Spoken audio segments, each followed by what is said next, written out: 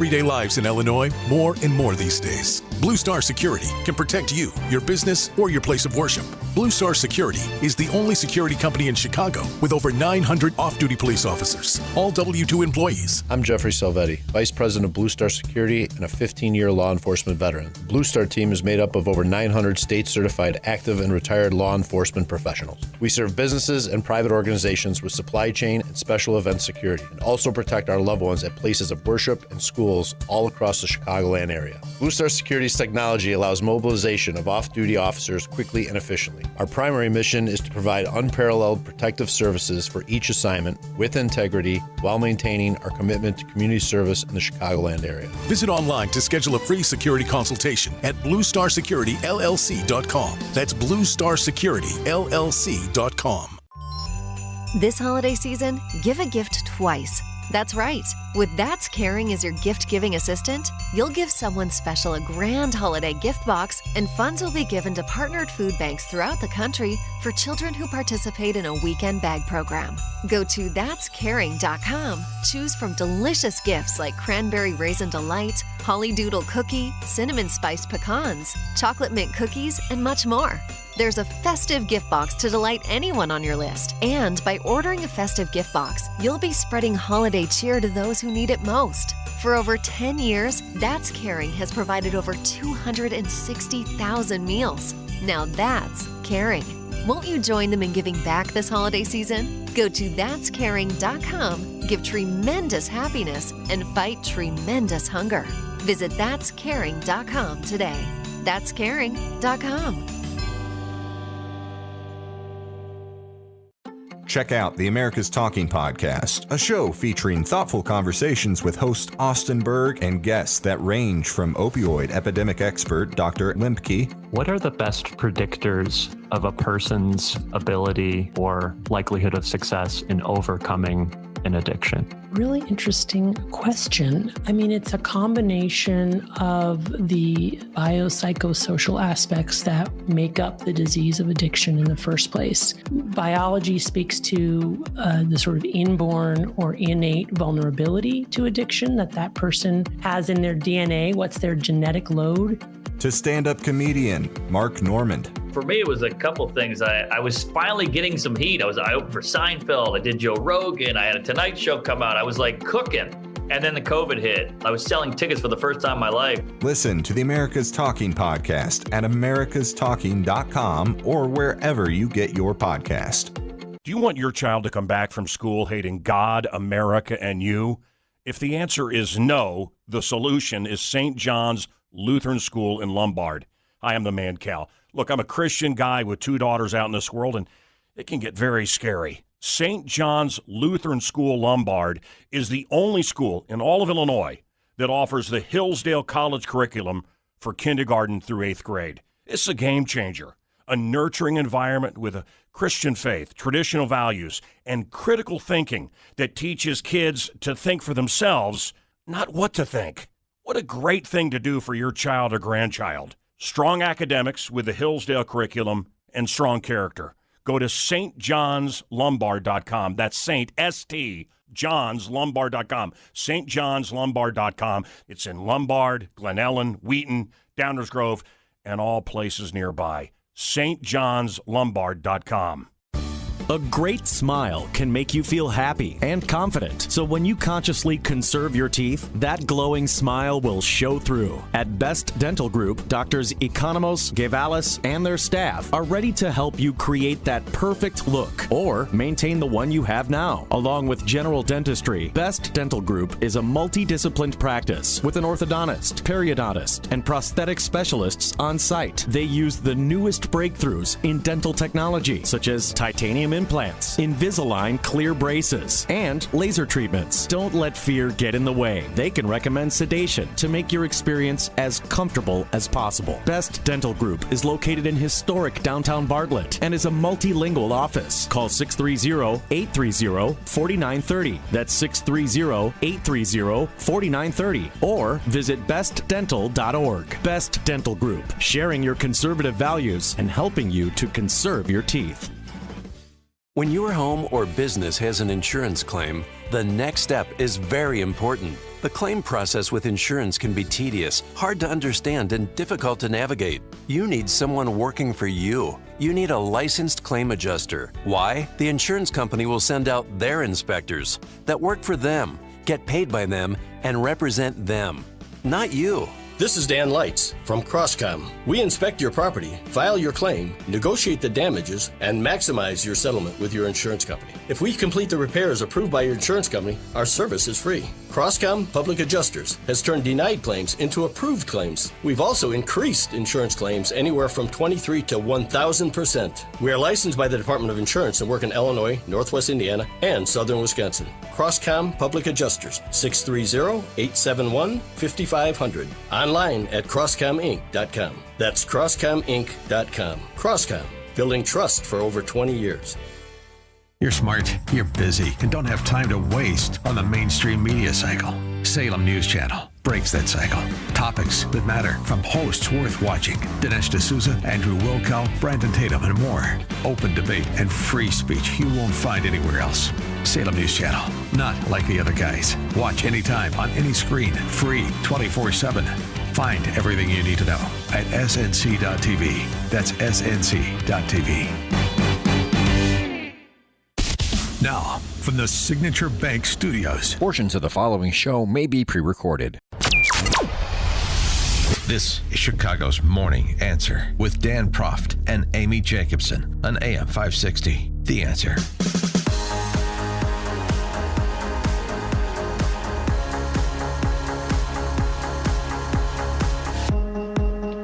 Top of the morning, Dan and Amy. So there was a police-involved shooting yesterday on the south side in the Grand Crossing neighborhood.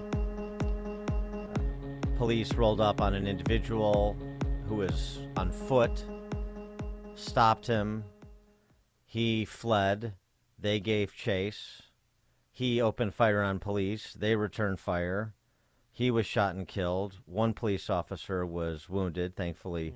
Shot in the arm. Yeah, thankfully not a mortal injury. And three police officers fired on this suspect.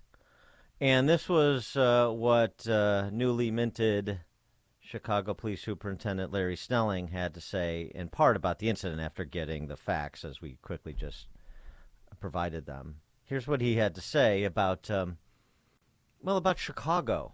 Oh, okay. There is a lack of respect for law enforcement at this time, and we see it every single day, but there's a lack of respect right now for life in general. And we need to start taking a closer look at the violent actors that we have out here robbing individuals, who are shooting young children. We have children being shot in this city right now. And it's high time that we stood up and stood up against these violent offenders, especially these repeat offenders. So when you know that our officers are in danger and our officers are trained to deal with these types of events, then what are our citizens going to do when they face that same level of danger? So it's important for us to understand. It's important for us to understand that we have to stand up and fight against this type of criminal behavior and this type of violent behavior in our city. 312-642-5600, turnkey.pro answer line. You could also reach us on our text line, which is up and running this morning, 64636. Type in DA, then a comment. Nothing that Chief Snelling said there is particularly new, certainly not for Chicago. Lack of respect for law enforcement, the violence, kids being killed. It's just not. Sorry to say that, but it's true. But it did get me thinking. The lack of respect for law enforcement right now. We talk about this push from some quarters for COVID amnesty. Yeah. Let's just, we did the best we could, given the information we had at the time. Let's stop pointing fingers. Let's not be in the business of who did what or said what about whom. Let's just move on in brotherhood and put this ugliness behind us. And to that I say no. Well, what about defund the police amnesty? Because that's gone away too. for the most part, much like all the COVID hysteria for the most part has gone away. So what about defund the police amnesty? Should the groups and the individuals, not just the ones who committed acts of violence, who laid siege to Chicago and most other major cities in America, but those like BLM Brandon, who were strong proponents of defunding the police, and frankly, the political power structure in the city of Chicago and Cook County, big fans of defund the police. Kim Fox, Tony Parkwinkle, yeah, that whole group. Yeah, I remember that. What about defund the police amnesty? Why aren't we talking about that? It didn't work for them. I know. Well, that's essentially what they're doing. They're saying they're putting this behind us. They're memory holing what they said and did over the last 3 years and pretending like that never happened. Remember BLM Brandon during the mayoral race? That was a viewpoint. I didn't say it was my viewpoint. No, he's just providing information about the great expanse of viewpoints that exist out in the public. No, it was his viewpoint. Of course it was. God, of course so it was. ridiculous. So what about that? Should we provide amnesty for the defund the police and, frankly, defund ICE crew? Nobody's saying that anymore. And yet I don't think we're doing a good enough job, including on this show, reminding people of all that was said, all that was advanced by these same people, many of these same people in positions of authority over the last 3 years. Because let me tell you what can happen in this Grand Crossing shooting. Stop the guy on foot.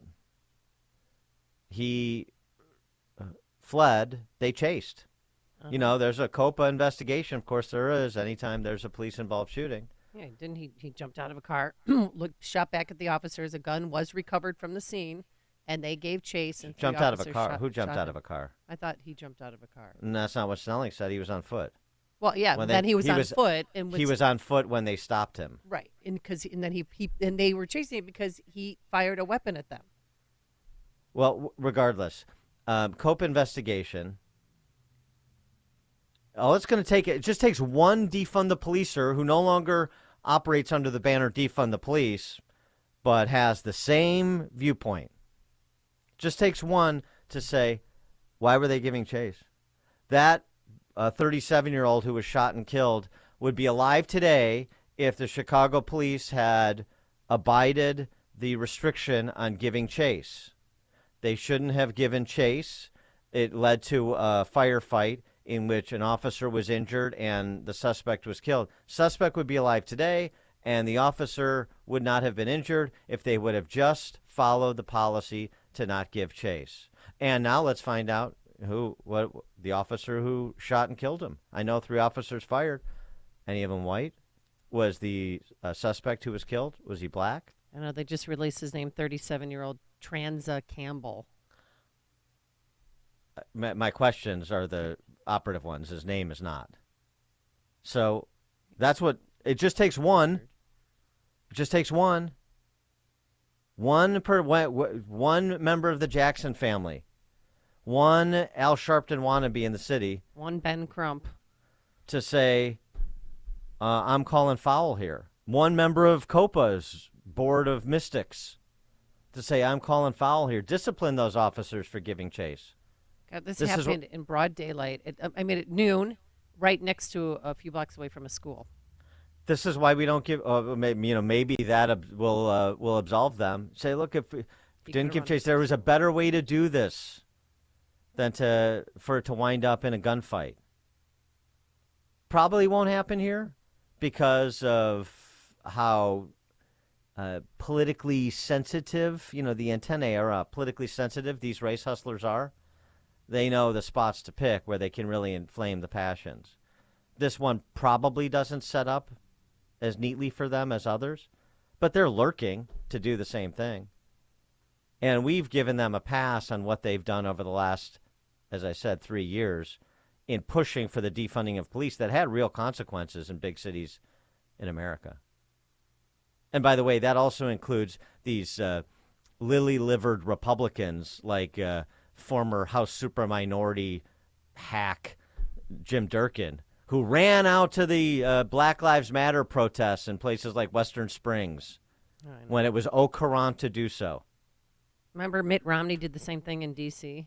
Yeah. I was wondering if they're at the Palestinian march on Saturday. I was looking for Mitt Romney in there. Yeah, the defund the police, Black Lives Matter apologists. Don't come after me. I'll show up to your rally. And the destruction they wrought at the time that carries forward to today. What Larry Selling was talking about, the lack of respect for law enforcement.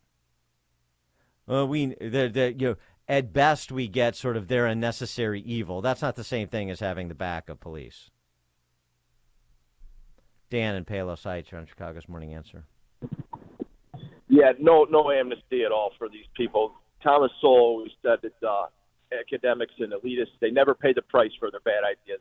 No amnesty for me. Thanks for the call, Dan. All right. We'll perhaps revisit that a bit later, too, because we've got some updated crime stats that may be interesting against the backdrop of all the crime is on the decline in Chicago propaganda that you're hearing from the fifth floor. But 538, the Nashville school shooters Manifesto leaked. 538. But now let's head straight into that newsroom. Here is Mike Scott. Good morning, Mike. 5:30 on AM 560, The Answer.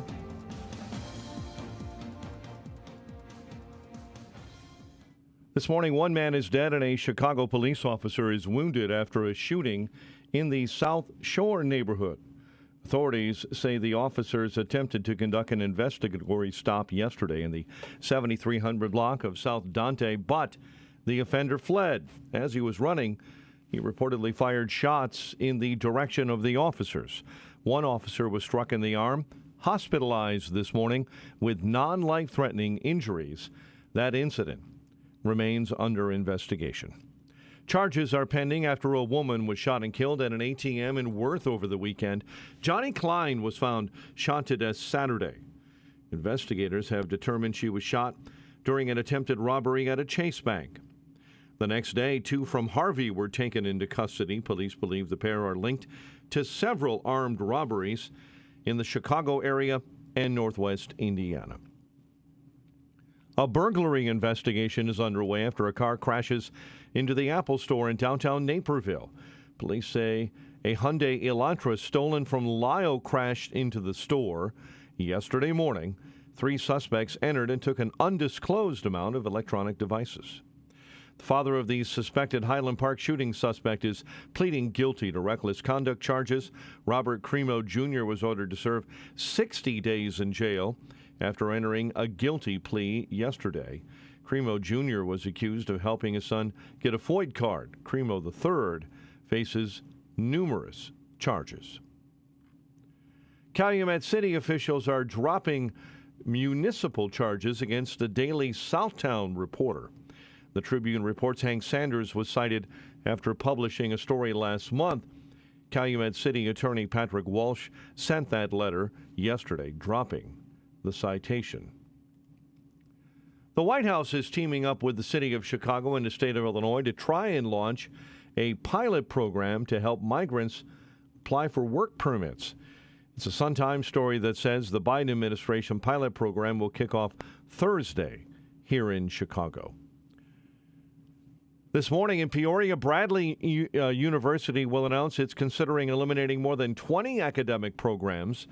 The university is also planning on cutting nearly 70 faculty positions.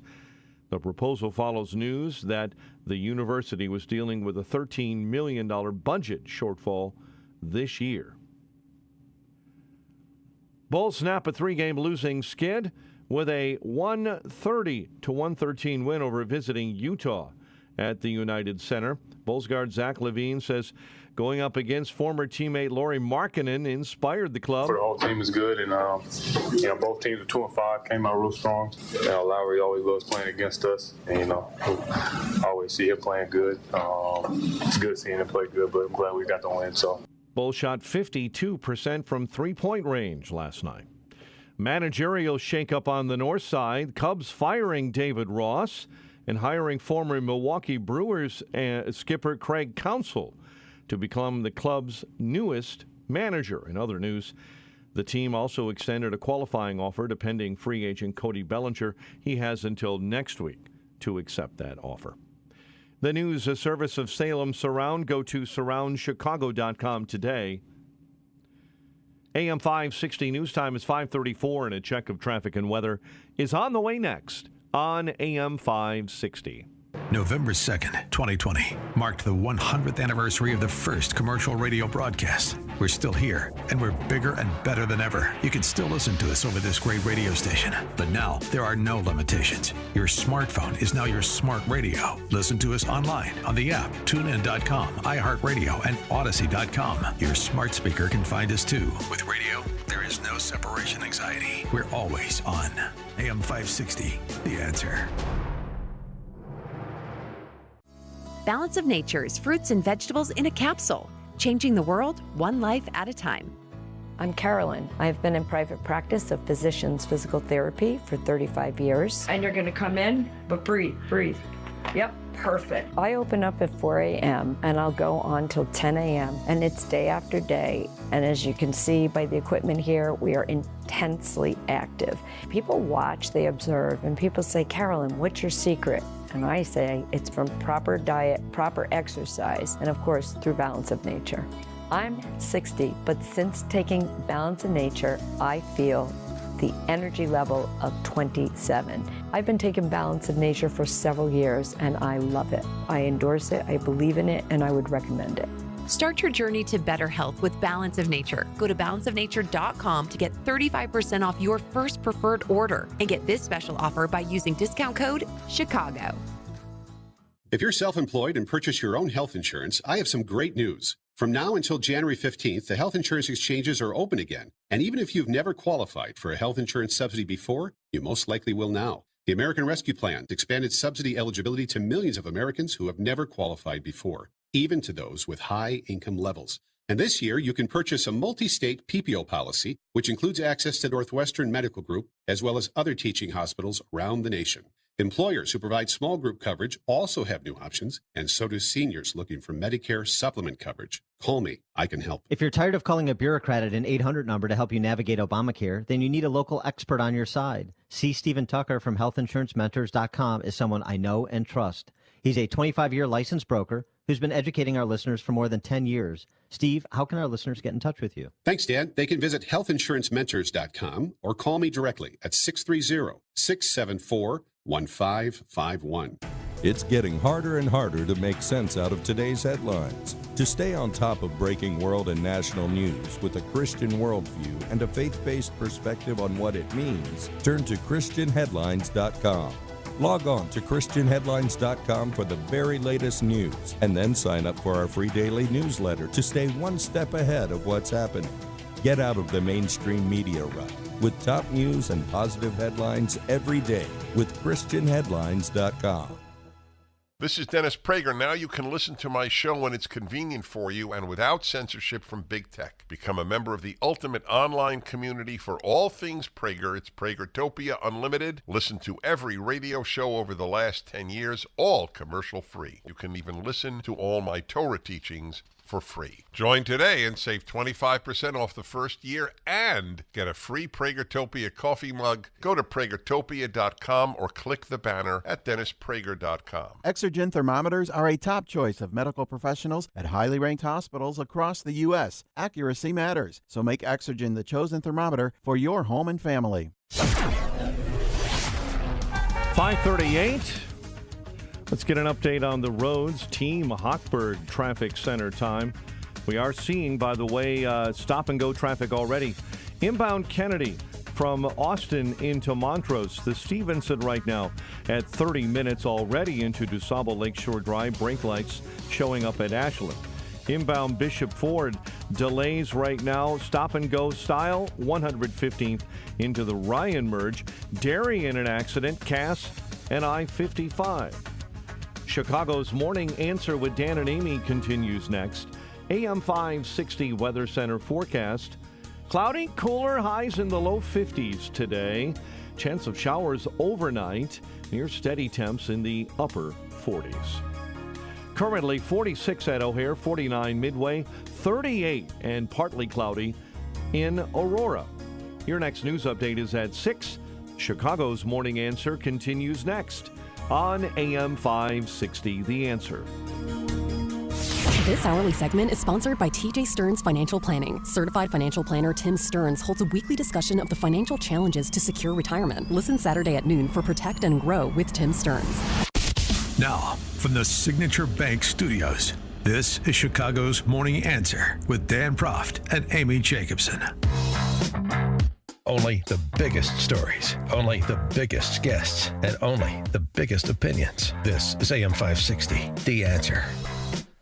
Top of the morning, Dan and Amy. I just want to develop this question about defund the police and abolish ICE amnesty a little bit more. Give you an example of what I mean when I say rejecting calls that are not being made, but rejecting what our experts, our betters, and some of our erstwhile friends said and did over the last 3 years. Okay.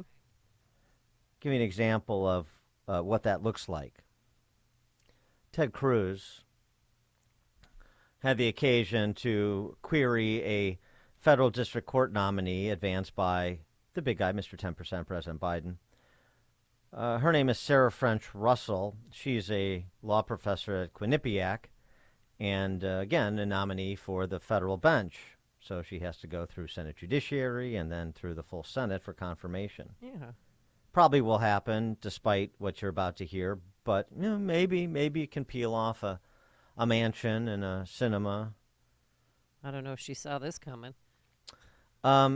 Ted Cruz, so you may not be asking for it because you don't want to draw attention to the fact that you were a proponent of defunding the police, of decarcerating criminals, and also, too, like, for example, the Socialist Spice Girls, of abolishing ICE. You don't want to draw attention to that's what you were saying 3 years ago when it was fashionable and safer to say it. You're not saying it now, but we need to remember.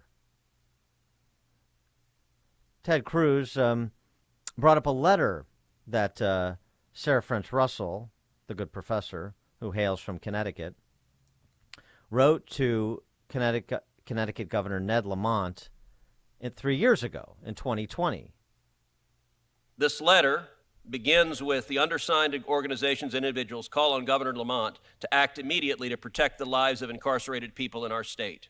3 urgent steps are needed: the immediate release of as many people in custody as possible, 2, a moratorium on new admissions into jails and prisons. Do you think a moratorium on new admissions into jails and prisons, is that a policy you support? So, Senator, again, I don't have the letter in front of me to understand the context, but I know there were efforts to reduce new admissions, but there are obviously some people who would present a public safety risk. So, doesn't remember the letter that she signed 3 years ago. It seemed sure.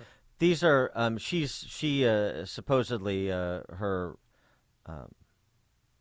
expertise in the law is related to criminology and penology, and so you don't. Well, forgetting the letter for a second, what's your view? You don't remember what your view is? You don't remember signing a letter that detailed your views at this critical moment? It was urgent enough that you signed this letter calling on the governor to empty the prisons, but you don't recall it all. Sure you don't. More from the letter. the second page, we call upon Governor Lamont, the state of Connecticut, and all Connecticut jurisdictions to, 1, immediately release to the maximum extent possible people incarcerated pre-trial and post-conviction. We recognize that jails and prisons are not safe and do not promote well-being for anyone. The global COVID-19 pandemic is throwing into sharp relief the untenable size of our penal system and the need for sustained action to shrink its scale, size, and scope. This next sentence is underlined. We outline below a few considerations to initiate state action and emphasize they do not preclude the release of groups not explicitly discussed in this letter. Do you think it was a good idea to, as this letter says, quote, immediately release to the maximum extent possible people incarcerated pre-trial and post-conviction? So, Senator, I'd want to understand the context around extent possible. It's the letter you signed, so you know the context. So she's Tony Preckwinkle. She, her focus, COVID, just a convenient backdrop, is to permanently reduce the size of the prison population. And I don't have a magic number for the prison population. No one should. The prison population should be reflective of people who've committed imprisonable offenses. No more and no fewer. But that's not her position because she's an ideologue who wants to sit on the federal bench. That's scary. This is a moment where you can reckon with people who are defund the police, decarcerate the prisons, abolish ICE. Because usually they hold all three positions. They're anti-law enforcement. People can't be illegal. There should be no benefits to being a citizen. The system is systemically racist, so there's a disproportionate percentage of our prison population that's minority, thus open the doors. This is the depth of their thinking. So in summary from Cruz, empty the prisons, moratorium on new prisoners, and this from a law professor who seeks an appointment to the federal bench, calling on the governor of a state to impose his will on the feds. That's not remotely this letter. All right, the next page. You also call on the governor to do this, and this is a quote. Declare a moratorium on incarceration. Governor Lamont should issue an executive order to direct the state attorney's offices and law enforcement entities, including town and city police departments, and any federal law enforcement entity operating within the state to immediately cease adding to the incarcerated population, given the high risk posed by population increase, both to those already incarcerated and to those entering correctional facilities. Public officials with authority to set bail, including judges, and you're nominated to be a judge, bail staff and police officers should maximize release on personal recognizance. Do you think it is a good idea to declare a moratorium on incarceration and to say in Connecticut, we are no longer arresting anybody? Because that's what your letter says. So, Senator, as I heard it, it was urging a sort of to the extent possible. And I guess, you know, my view at that time with the pandemic is, and I know that the process... It doesn't say to the extent possible. It says all. And let me ask you, you're a law professor. You signed a letter asking the governor of the state of Connecticut to issue an executive order ordering federal law enforcement to cease adding to the incarcerated population in the state. Is there any plausible constitutional justification for a governor ordering the feds, you are no longer allowed to incarcerate anyone in our state? I would assume, Senator, that was a reference to using state facilities. Doesn't say that. So again, Senator, I think that this appears to be a letter that was So lots of people signed something kooky, but lots of people haven't been nominated to be a judge. 312-642-5600, turnkey.pro answer line, 64636DA, turnkey.pro text line. She has no recollection of that letter, Senator, and to the extent that she's reacting to the portions you've read, here's what I meant. Well, it doesn't say that. Well, here's what I think I was thinking. Well, it doesn't say that on the letter. You're a law professor. You choose your words carefully, right? You're very specific about what you believe and the basis on what you the basis upon which you believe it. Well, Senator, and then she goes into the default position. Well, you know, as a judge, I would certainly faithfully faithfully apply the laws of the land. I don't believe that. Do you? No, but you think she's very judicious. The point here is this is an opportunity. I wish Republicans would build upon what Ted Cruz here has done and say this is an opportunity to tell the defund the police, decarcerate the criminals, abolish ICE ideologues, elitist ideologues around the country, that we remember. You're not getting away with what you did and said, what you advocated for, what you served as an apologist for over the last 3 years. You're not getting away with it. Oh, I'll enforce the laws of the land now. We don't believe you, and we have no reason to. We know who you are. You've already demonstrated to us, in writing in this case. You need to make an example of somebody. How many times have we talked about that with respect to COVID? Who is going to be held accountable? How many times have we talked about that with respect to, oh my gosh, pick an issue, any issue, the Russian collusion hoax? Who is going to be held accountable at a shot caller level that inspires any confidence that there's accountability left in our politics? That inspires any confidence that the Republican Party will bring accountability where it has the power to do so? There needs to be a moment. There needs to be somebody that is made a legitimate emphasis example of based on their conduct. This seems to me as good a place to start as any. A federal district court nominee. 312-642-5600. Turnkey.pro answer line. Joe in Naperville, you're on Chicago's Morning Answer. Yeah, is it just me, or does anybody else see the hypocrisy that the left always has to lie about what their position is and what they want to do? They never tell the truth. It's always a lie and a cover-up because the ends justify the means to these morons, no matter what it is. Thanks for the call, Joe. Well, and also because a lot of their actual beliefs are not particularly popular or sellable. This is so it's one thing for Antifa or Black Lives Matter to be out saying the things that this law professor said. It's another thing to say it and then, as Ted Cruz said, seek a seat on the federal bench, isn't it? And this is why they have to couch who they are, provide context, or just do a complete 180 during a confirmation hearing to try to distance themselves from who they actually are. How many times have we seen that play out? Many. George in Naperville. Yeah, Dan, we can't even get accountability for the virus. Well, I mean, this is my point. Right. But it is interesting. I don't want to beat this drum too hardly, but it is interesting. There were actual calls for COVID amnesty from COVIDians. There are no calls for defund the police amnesty or for abolish ICE amnesty. Why is that?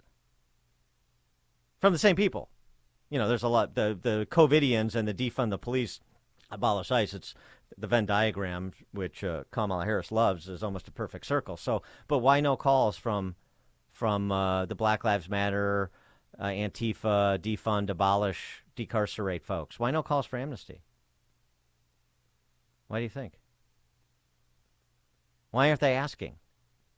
Some COVIDians are asking. Forget about it. Well, that's part of it, I think. Yeah. Or they don't want that to look like they were wrong if they are asking for amnesty. Yeah. Because I think part of the COVIDians who are asking for amnesty know that, you know what, maybe they were right, but that other group's not going to ever admit that or ask for it. Right. I think part of it is we don't want to accentuate that right now. We don't want to remind people. I think that's definitely part of it.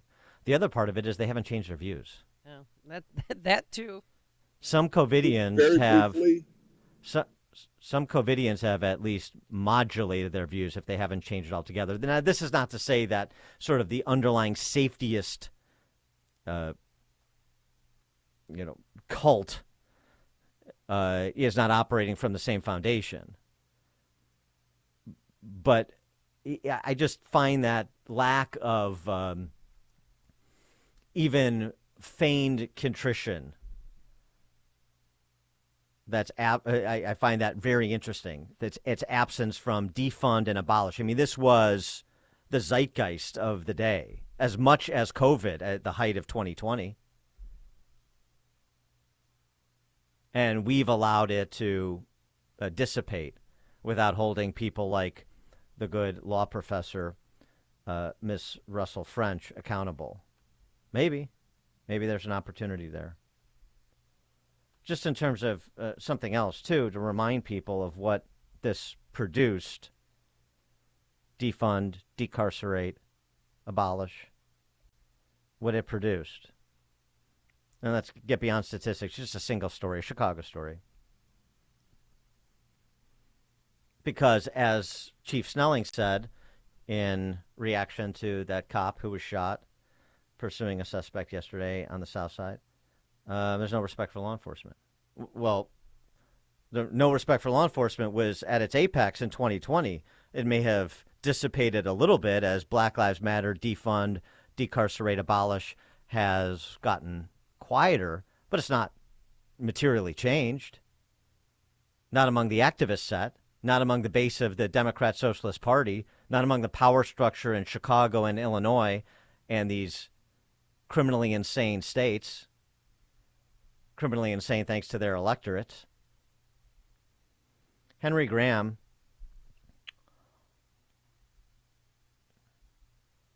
is a 49-year-old who is accused of punching a man on the Mag Mile, causing him to fall to the pavement, strike his head, and eventually die. The individual, you may remember this, was a 49-year-old River North resident and longtime employee of Northern Trust. His name is Russ Long. Carrying a shopping bag as he passed the Cartier store on the Mag Mile at about 4 in the afternoon. Witnesses saw the assailant approach Russ Long quickly from behind without saying a word. He twisted his torso back, then sprung it forward, plowing his fist in the back of Long's head. Long fell forward, striking his head on the pavement. As Long was bleeding on the ground, the assailant sat down on a nearby fire hydrant and stared at him for about 5 minutes. Dear Lord. He walked away upon hearing sirens in the distance. 2 witnesses followed him until they crossed paths with the Chicago Police Unit. Officers detained the assailant. He admitted to hitting Long and knocking him unconscious. The police let him go. Why? 4 days later, Long's friends tried in vain to get the police department to file a report about the attack. Eventually, on July 2nd, a friend of Long's called 911 from his hospital bedside, asked for an officer to come to Northwestern to take a report. Once again, the city's call taker refused to send an officer because Long could not speak, but eventually relented and dispatched a car. Only then did CPD begin the process of documenting and investigating what happened to Long, who died of his injuries 10 days later. The autopsy showed severe injuries. His frontal bone and the base of his skull were fractured. In a written proffer from the state's attorney's office, significant force would have been required to inflict such injuries. Chicago police arrested Graham at Cook County Jail on October 25th. He again admitted to hitting Long, then he demonstrated how he did it. Between the time Chicago cops released the assailant minutes after the attack to the filing of murder charges last week, he'd been arrested 6 more times. July 9th, August 4th, throwing a bottle of gin through an Evanston store window. August 16th, charged with pushing a 14-year-old girl in the chest, causing her to fall over a bench. September 22nd, charged with 4 felony counts of aggravated battery to police officers. October 3rd, arrested for striking a Lakeview man with a broomstick outside Wrigley Field. And that's just in the last 6 months. You go back to a long litany of arrests similar over many years. So it's a failure of the criminal justice system writ large. And the point here is the police, in my estimation, didn't do their job here. But when you have a prosecutor that isn't interested in prosecuting, then you create a culture where law enforcement writ large throws up its hands. And unless it is, imminent threat to the public, sometimes they're slow to act when they shouldn't have been. But to that point, how many times was this guy released before finally they put together the pieces of the murder of Russ Long and arrested him for murder, such that now maybe he'll be off the streets, though he should have been off the streets years ago and years before he ever ran into Rush Long.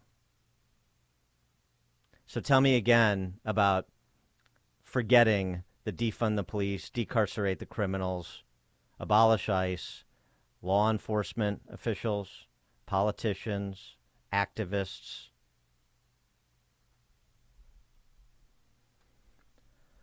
Coming up at 6:06, we'll discuss Trump's testimony in that civil trial in New York City, 6:06. And later, the manifesto has been released. But now let's head into that newsroom. Here is the one and only Mike Scott. Mike, I miss you not being close by. Are you coming back soon? Not for a while. Okay. We're separated until further notice. Delays and other problems on the roadways. The father of the suspected Highland Park shooter pleading guilty at 6. Abortion is on the ballot in Ohio. I'm Dave Anthony, Fox News. The polls now open in that state on Election Day. Voters in Ohio are set to decide on Issue 1, a constitutional amendment that supporters say protects access to reproductive rights, including abortion. Republican Governor Mike DeWine calling the measure a radical proposal that goes too far, urging people to vote against it. Well, as Fox's Jeff Manasso, abortion indirectly on the ballot in Virginia today, where seats are up for grabs in the state legislature. Republican Governor Glenn Youngkin tells Fox, "We need to show up strong in order to hold our House and flip our Senate." If that happens, the governor wants GOP lawmakers to approve a 15-week abortion ban. There are also two governors facing re-election challenges today, Andy Beshear, a Democrat in Kentucky, and Mississippi's Republican Governor Tate Reeves. It's been a month since Hamas's terror attack killed 1,400 Israelis and started the war in Gaza. Prime Minister Benjamin Netanyahu is rejecting calls for a ceasefire until Hamas releases hostages, but he tells ABC News, "As far as tactical little pauses, an hour here, an hour there, we've had them before.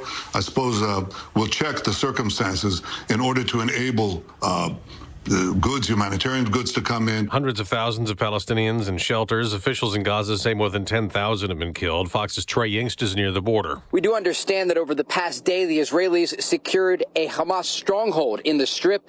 They say there were anti-tank guided missiles there, launchers, other weapons, and other material inside this compound." The number of attacks by Iran-backed militants targeting U.S. bases in Iraq and Syria is up to 38, leaving 46 Americans injured. Republican Congressman Michael Waltz tells Fox until the U.S. cracks down more on Iran, "You are going to continue to have these attacks." While Russia keeps waging war in Ukraine, NATO has suspended a Cold War-era treaty with Russia after Moscow pulled out of the agreement that was aimed at preventing a massive troop forces near mutual borders. America's listening to Fox News. 6:02 in Chicago on AM 560, The Answer. Right now, 46 degrees. Mostly cloudy skies. And our top story, one man is dead. Chicago police officer is hurt following a shooting in the South Shore neighborhood.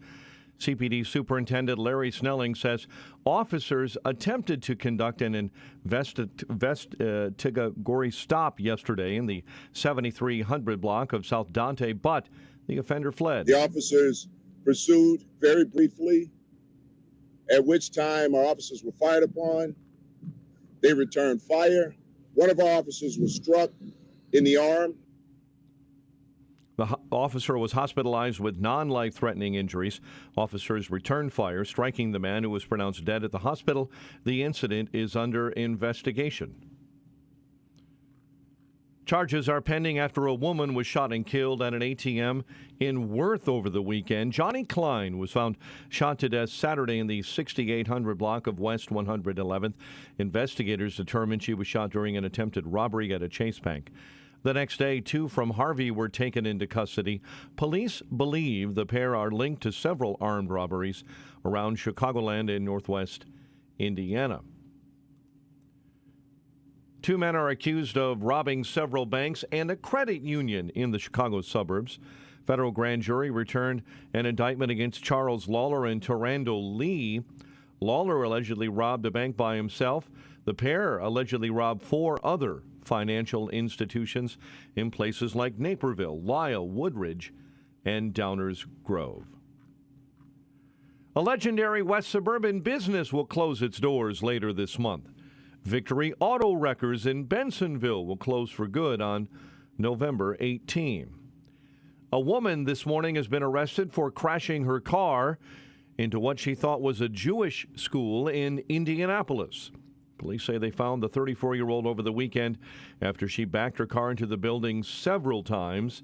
There were several people inside. No one was hurt. Police say this morning she told them she crashed on purpose and mentioned her people back home in Palestine, and that is a quote. She faces several charges, and the FBI may file hate crime charges in that incident.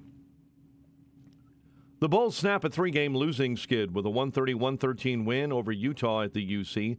Zach LaVine led the charge with 24 on a night where the team shot 52% from three-point range. Major managerial shakeup happening in Major League Baseball on the north side. The Cubs fire David Ross and hire former Milwaukee Brewers skipper Craig Counsell to become the club's newest manager at $8 million a year. Blackhawks prepping for the Lightning. Bears have a quick week as they get ready for Carolina at Soldier Field on Thursday night. College basketball icebreaker for the Illini and a win over Eastern Illinois. AM 560 news time is 6:05. We'll have a check of traffic and weather coming up next on AM 560. Freedom Summit Chicago tickets are now on sale. Join AM 560, The Answer, on November 11th at the Westin Chicago Northwest for Freedom Summit, featuring Rand Paul, Judge Janine Pirro from Fox News, Dan Proft, Amy Jacobson, Sean Thompson, and many more. Tickets are on sale now at freedomsummitchicago.com. That's freedomsummitchicago.com. Sponsored in part by Best Dental Group of Bartlett, the Illinois Family Institute, and by Alpha Wealth Group. Pure Talk, America's wireless company, is on a mission to alleviate $10 million in military debt by Veterans Day, but they're going to need your help. Now, Pure Talk will donate a percentage of every new order to this great cause. When you make the switch, they make it simple, fast, and easy to their super fast 5G network. Talk, text, plenty of data now, only at $20 a month. Do it right now. Dial pound 250. Say the keyword SAVE NOW. Make the switch to Pure Talk, and you can help a military member in need. Hi, I'm Martha Stewart. Every year, more than 4 million pets enter shelters here in the United States. My friends at American Humane have been helping animals since 1877. The goal is to ensure that pets have a safe shelter, especially during natural disasters. Adopting a shelter pet allows shelters to help more animals awaiting care. Please consider adopting today and take some time to learn more about American Humane's other work at americanhumane.org. I love giving jewelry as a gift. Hi, it's Mike Gallagher. I want to tell you that Roland's Jewelers is the perfect place for that magical holiday gift for someone you love. I'm always amazed by their 5-star Google reviews. I love that they're family-owned. Hey, getting engaged? Well, Roland's Jewelers has a large selection of both mined and lab-grown diamonds at great prices. Choose from beautifully crafted engagement rings from designer Simon G. or Italian designer Roberto Coin, offering stunning diamond pendants and earrings. How about a Tag Heuer watch with cutting-edge technology? Listen, I've been a customer of Roland's Jewelers for a long time. You should too. They're so impressive. Their staff is expertly trained. I encourage you to visit Roland's Jewelers in downtown Libertyville or visit RolandsJewelers.com. That's ROLLANDS, RolandsJewelers.com. Roland's Jewelers, a family-owned jeweler you can trust this holiday, just like I do.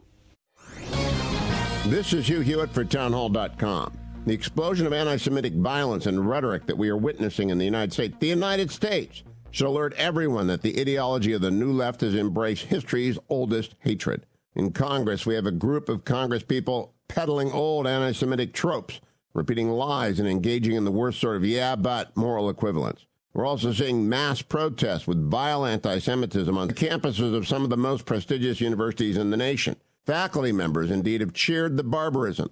It was exhilarating. It was energetic.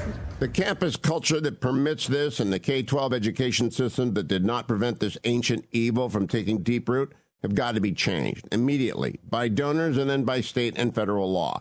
The Department of Education has an Office of Civil Rights, whereas the announcement of investigation of universities standing by as their Jewish students are assaulted and threatened, and some actually battered. This is not a time to be silent. I'm Hugh Hewitt. 6:09. Let's check the roads in the Team Hochberg Traffic Center. Inbound Edens, 26 Lake Cook Road into the junction. On the Kennedy 35, O'Hare into the Burns Circle interchange. The Ike 36, 390 into the old post office. Stevenson, they're clearing an accident outbound at Cass Avenue. Accident on 394 with the left lane blocked. It's that time of year for those car deer accidents. And that's what's happened on 394 northbound right at Exchange. Chicago's Morning Answer with Dan and Amy continues next. Now your official Chicagoland weather forecast. Here's our meteorologist, Steve Williams. A bit of sun giving way to clouds today, high 55. Clouds, rain, and drizzle late tonight, low 48.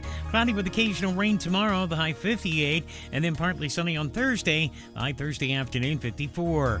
I'm Steve Williams on AM 560, The Answer. 46 at O'Hare, your next news update, 6:30. Chicago's Morning Answer continues next on AM 560, The Answer.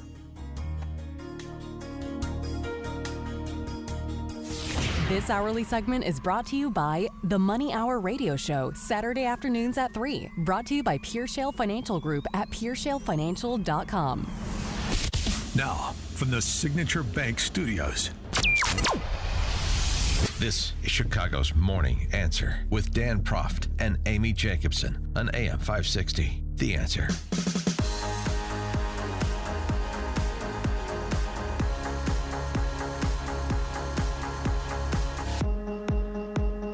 Top of the morning, Dan and Amy. So former President Trump testified in a New York City civil trial being presided over by Judge Torquemada. Here's what he had to say before he testified yesterday. And it's a terrible, terrible thing. These are political operatives that I'm going to be dealing with right now. You have a racist attorney general who made some terrible statements, and we just see some more that came over the wires today. It's a very sad situation for our country. We shouldn't have this. This is for third world countries, and very unfair. It's very unfair. But in the meantime, the people of the country understand it, they see it, and they don't like it. They don't like it because it's political warfare, as you would call it, or political lawfare. Another name, I got a lot of names for it, but usually it takes place in third world countries and banana republics. Nobody's ever seen that to this extent. We've never seen it here. Well, he's right. Literally, no one has ever seen a case like this. Yeah, because this Literally. is a political hit job. That's what this is. This isn't a case. It's unprecedented to use this law, that this dubiously constructed law passed by the General Assembly in the state of New York in a case where there are no victims. But it's being done. After his spirited testimony, which we'll get to in a second, here's how, I'm sure you've heard that part about it. Those were the blaring headlines about the sparring with Judge Torquemada. But here's what Trump had to say after he testified. As usual, channeling Norman Vincent Peale, accentuating the positive. Everything's great. Everything went beautifully. I think it went very well. I think you were there and you listened and you see what a scam this is. This is a case that should have never been brought. It's a case that should be dismissed immediately. The fraud was on behalf of the court. The court was the fraudster in this case. They made references to assets that were very valuable, and they said they had no idea. They had no idea what the numbers were when they said $18 million from Mar-a-Lago, and it's 50 to 100 times that amount by any estimation. It's a terrible thing that's happened here. We're taking days and days and weeks, and it goes on, and then you look at the outside world and what's happening. But of course, they're getting their wish because I don't have to be here for the most part, but I sort of do have to be here because I want to be here because it's a scam. And this is a case that should have never been brought, and it's a case that now should be dismissed. The court is the fraudster here. 312-642-5600, turnkey.pro, answer line 64636, type in DA, then a quick comment. I mean, they want to have him and his family stop doing business in New York. among other things, paying a fine in the millions of dollars. And well, the fines, I mean, the top line is what you just said, which is to essentially bar the Trump organization from a business in New York State. It's like they're stripping of him of his constitutional rights. He's an American citizen. He's one of us, and he has a business. Letitia James, she's the Attorney General. She had this to say after court yesterday. He rambled. He hurled insults, but we expected that.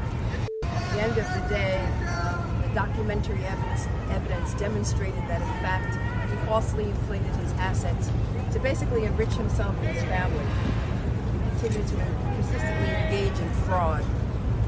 The numbers don't lie. And Mr. Trump obviously can engage in all of these distractions, and that exactly what he did, what he committed on the stand today, engaging in distractions and engaging in name-calling. But I will not be bullied. I will not be harassed. This case will go on. I'm a victim. I'm a victim. Look at me. That's my favorite part. The case will go on. No, I will not be bullied. I will not be harassed. You're the state's attorney general. You're the one with police power in this case, as you're demonstrating by bringing this case in the first place. I will not be bullied. I will not be harassed. It's exactly what you said. Always, let me figure a way how the state attorney general who initiated this case and has police power can be the victim here. And she's the one who said during her campaign, "Oh, I'm going to take him down." She boasted about that. She's caught on camera saying it. Here she said it. I say one name, Donald Trump. That should motivate you. Will you sue him for us? Oh, we're going to definitely sue him. We're going to be a real pain in the We're going to be a real pain in the keister. That was 2018. Uh-huh. Jonathan Turley, George Washington University law professor. Love him. He's my new David Gergen. Yeah, had this to say about yesterday's proceedings and this trial more generally. He also provided a little reminder about Letitia James that I had forgotten. You'll enjoy it. Well, I could find no case anywhere like this. And part of the problem is the underlying law, which doesn't require any victim. It doesn't require anyone to lose money. You know, the banks were not complaining. They apparently made money. Right. But that doesn't matter. And you have the AG, James, who ran on being a political activist. She ran on saying that she would bag Trump for anything. You know, this is the same attorney general that sought to dissolve the National Rifle Association. That was one of her other big efforts. And now she's trying to ban Trump from doing business in New York. And a lot of New Yorkers love it. You know, this crosses the line from law to entertainment. But it should be concerning for people because it does appear that this is a case uniquely created for Trump under a law that hasn't been used in this same way against others. So it's a simple test. I mean, it should be obvious what the test is, but it's just a simple test for those who are cheering on these sorts of inquisitions masquerading as courts of law, presided over by this, what they call a Supreme Court judge in New York. It's a circuit court judge in Illinois. That's the analog. Simple test. If it was somebody that you liked, who and whose politics you agreed with, who was a real estate developer in New York, and was being subjected to the same prosecution, absent victims, as Jonathan Turley just mentioned, what would your view be? And you had a prosecutor, I mean, you know, all the facts otherwise are the same. You had a prosecutor who ran on going after your friend. She committed to suing him. For what? We'll figure it out. Yeah, I'll find something, basically, is what she was saying. So for someone you liked, what would your reaction be? That seems to me the obvious challenge to the people who hate Trump more than they love this country and are cheering these sorts of sham proceedings on. And then just think about the basic allegation is that he inflated the value of his assets. Right. And his own financial statement, there's a disclaimer in them. You know, it's just baffles me that it got to this point. Well, again, inflating your assets or getting optimistic appraisals in New York City real estate. Well, you're going to have to build bigger jails because all the real estate developers are going to them. Thank you. Or you're going to have to stop doing developments in New York City and New York State because they're all going to be out of business in this case, since jail's not on the table. But they're all going to be barred from doing business per that standard. I mean, again, the Turley point that's been made, there is not precedent for a case like this to be brought. And then they're calling his children to testify. And Ivanka Trump is going to testify tomorrow. Well, of course they're calling him. They're principals in the company. I mean, this is specifically about specifically names Eric and Don Jr. Right, but why bring Ivanka into this? Because she's a principal of the company, and she's a beneficiary. Leave her alone. Well, I mean, the whole thing is ridiculous, but I mean, but it's obvious why they're doing it. Greg in Schaumburg. Hey, Dan and Amy.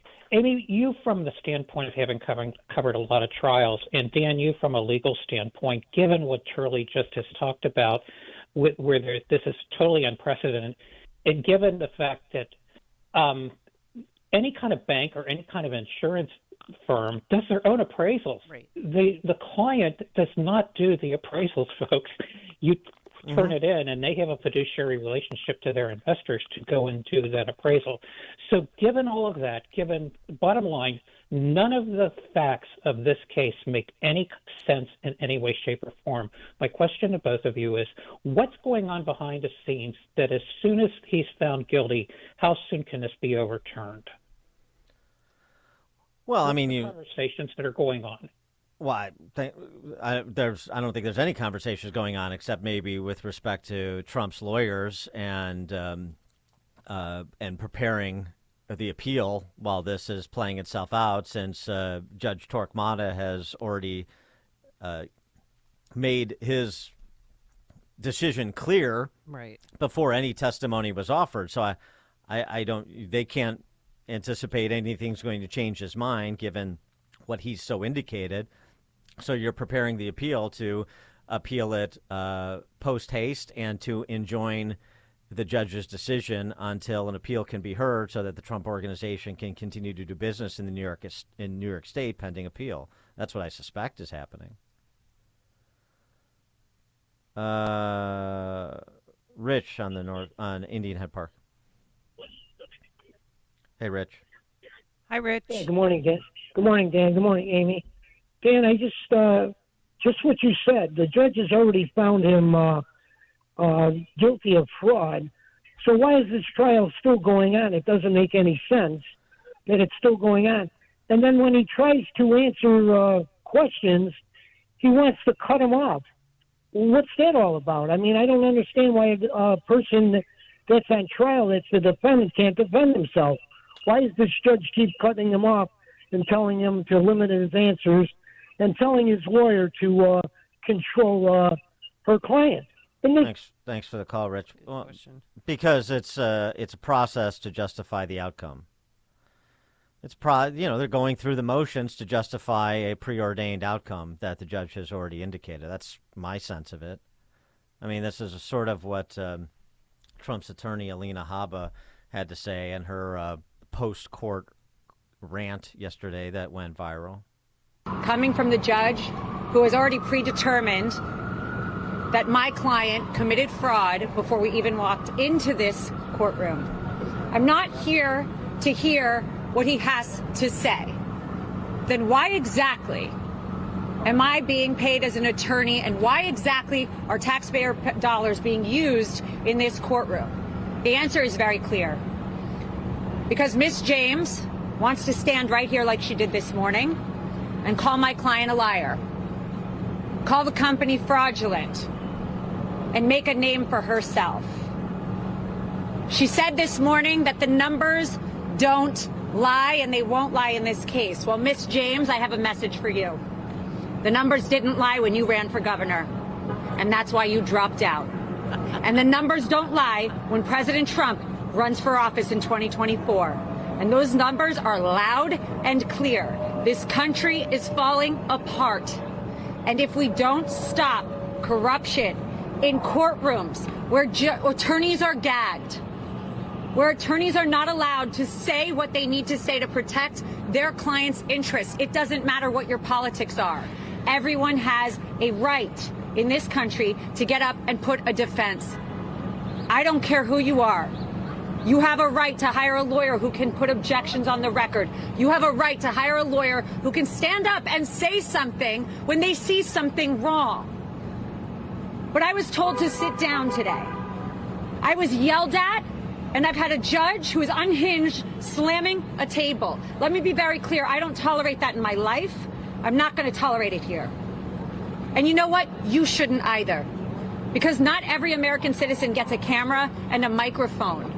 And what I'm seeing is such a demise of American judicial system and democracy. Miss James came out this morning and said that she knew Mr. Trump, and she always calls him Mr. Trump because it kills her that he was the president. But the 45th president of this country, one of the best presidents we've had, has built a great company. It's worth a ton more than that statement of financial condition. And she doesn't know how to get out of it because her politics won't allow her. That's her finest moment there. Alina Habba saying they've got nothing but their politics in this case. Right, they don't. But there's probably going to be enough. Yeah. Dan and Amy, Chicago's Morning Answer. Listen to Dan and Amy on your smartphone. Download the AM 560 mobile app today at 560theanswer.com/mobile. Have you saved enough? What are you going to do with Social Security? What will your taxes look like in retirement? Scott Tucker believes retirement planning should be easy, and you should be able to get all the information you need in one place. That's why Scott created the Retirement Decoded Toolkit, a comprehensive resource for your retirement. In it, you'll find a copy of his latest book, Escape Illinois: Should I Stay or Should I Go? This book will provide insight on taxes, Social Security, income, and more. To get your free Retirement Decoded Toolkit, text KIT, K-I-T, to 847-474-3888, or go to retirementdecoded.com. Now, in addition to the book, you'll also receive resources on retirement's most common concerns. Get your Retirement Decoded Toolkit from Scott Tucker right now by texting KIT to 847-474-3888, or go to retirementdecoded.com. Investment advisory products and services made available through AE Wealth Management, LLC. A registered investment advisor, this is a paid placement. And remember, Dan, they said that Mar-a-Lago is worth $18 million? And you've been to Mar-a-Lago, right? Yeah, the pool is worth $18 million. I know, it's worth, they have a beautiful, it looks like a mini convention center there. And the hotel and their quarters, so I think it's worth like $50 million. But anyway. All right, are you a business owner or department head already planning for 2024? If you're like most businesses in Chicagoland, you've probably had a challenging year with sustaining revenue, hiring new recruits, and keeping operating costs at bay. Maybe you've had a great year, though, and want to build that momentum in the months to come. Whether your business faces obstacles like financial setbacks, fierce competition, IT nightmares, or unforeseen crises, it's not about the challenges you face, it's how you overcome them and the people you partner with. With decades of C-suite experience from their consulting team to over 25 years of managed IT services, Turnkey IT knows small business. They know how to reduce your costs, grow new revenue streams, and more without having to hire on-site professionals. So set yourself and your business up for success. Let Turnkey show you how. Turnkey is Chicago's small business champion. Visit turnkey.pro to start a conversation today. That's turnkey.pro. Have you been struggling to find an easy, safe, and secure document scanning solution for Salesforce.com, Microsoft 365, SharePoint, or OnBase by Highland? Your struggle is now over, and it's time to get your documents and operations into the 21st century. With IoT Smart Connected Scanning, it's easy to turn physical paper into digital documents and have them directly uploaded to the cloud with IoT Smart Connected Scanning from IDT. And you don't need a degree in computing or IT to make it happen. Using QR code technology uniquely configured for your specific business, anyone can set the IoT Smart Connected Scanning device up in 5 minutes or less, saving your organization money and valuable time. Remote employees can even capture documents and send them safely and seamlessly. Organize documents efficiently and securely with IoT Smart Connected Scanning from IDT. To see a demo or to order now, go to ready4idt.com. That's ready4idt.com. Use promo code SMART and receive 10% off your order. IDT, putting paper in its place. Balance of Nature's fruits and vegetables in a capsule, changing the world one life at a time. I'm Carolyn. I've been in private practice of physician's physical therapy for 35 years. And you're going to come in, but breathe. Yep, perfect. I open up at 4 a.m. and I'll go on till 10 a.m. and it's day after day. And as you can see by the equipment here, we are intensely active. People watch, they observe, and people say, Carolyn, what's your secret? And I say it's from proper diet, proper exercise, and of course, through Balance of Nature. I'm 60, but since taking Balance of Nature, I feel the energy level of 27. I've been taking Balance of Nature for several years, and I love it. I endorse it, I believe in it, and I would recommend it. Start your journey to better health with Balance of Nature. Go to balanceofnature.com to get 35% off your first preferred order and get this special offer by using discount code CHICAGO. Do you have a home remodeling project you'd love to get done? This is your opportunity to lock in this year's pricing with Chicago's Design Build Dream Team. Forever Remodeling is now offering exceptional savings. Simply sign on by December 31st to avoid any price increases next year. At Forever Remodeling, their expert designers and installers will turn your dreams into reality. Act now and you'll not only protect yourself from future price increases, but also beat the rush and secure a preferred spot in their schedule. Call 847-809-3355 or visit foreverremodeling.com. Highly skilled to design and build. Have you been searching for a Napa Valley quality winery experience closer to home? A hidden gem awaits you at Bishop's Hill Winery in Joliet. Come experience fine wine, history, and castles. Stay to enjoy the Bishop's Hill Tasting Room to round out a perfect day. The Bishop's Hill Castle is easily accessible in nearby Joliet. This facility was home to a former brewery in the 1860s and is located on a hill with a commanding view where you'll enjoy sampling some of the highest rated wines in the world. Bishop's Hill wines are made from California grapes and sustainably grown. These wines have received Best in Class, Gold, and Double Gold awards at the San Francisco Chronicle North American Wine Competition. Now is your opportunity to stock up for the holidays and purchase national award-winning wine from Joliet-based Bishop's Hill Winery. If you want the Napa experience without the cost, look no further. Group discounts are available, and the Bishop's Hill Castle is also ready to host your next event for your family or business. Visit online at bishopshill.com. That's bishopshill.com. Hi, I'm Martha Stewart. Every year, more than 4 million pets enter shelters here in the United States. My friends at American Humane have been helping animals since 1877. The goal is to ensure that pets have a safe shelter, especially during natural disasters. Adopting a shelter pet allows shelters to help more animals awaiting care. Please consider adopting today and take some time to learn more about American Humane's other work at americanhumane.org. AM 560, The Answer. Got a email on our discussion about Trump's and the Trump Organization case in New York, the civil case.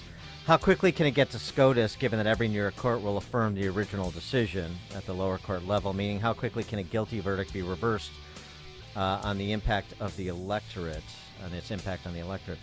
Well, first of all, it's not guilty; it's liable, right? This is civil, not criminal. But I think it's unlikely to get to SCOTUS, certainly not quickly. This is a state law. It's a state issue.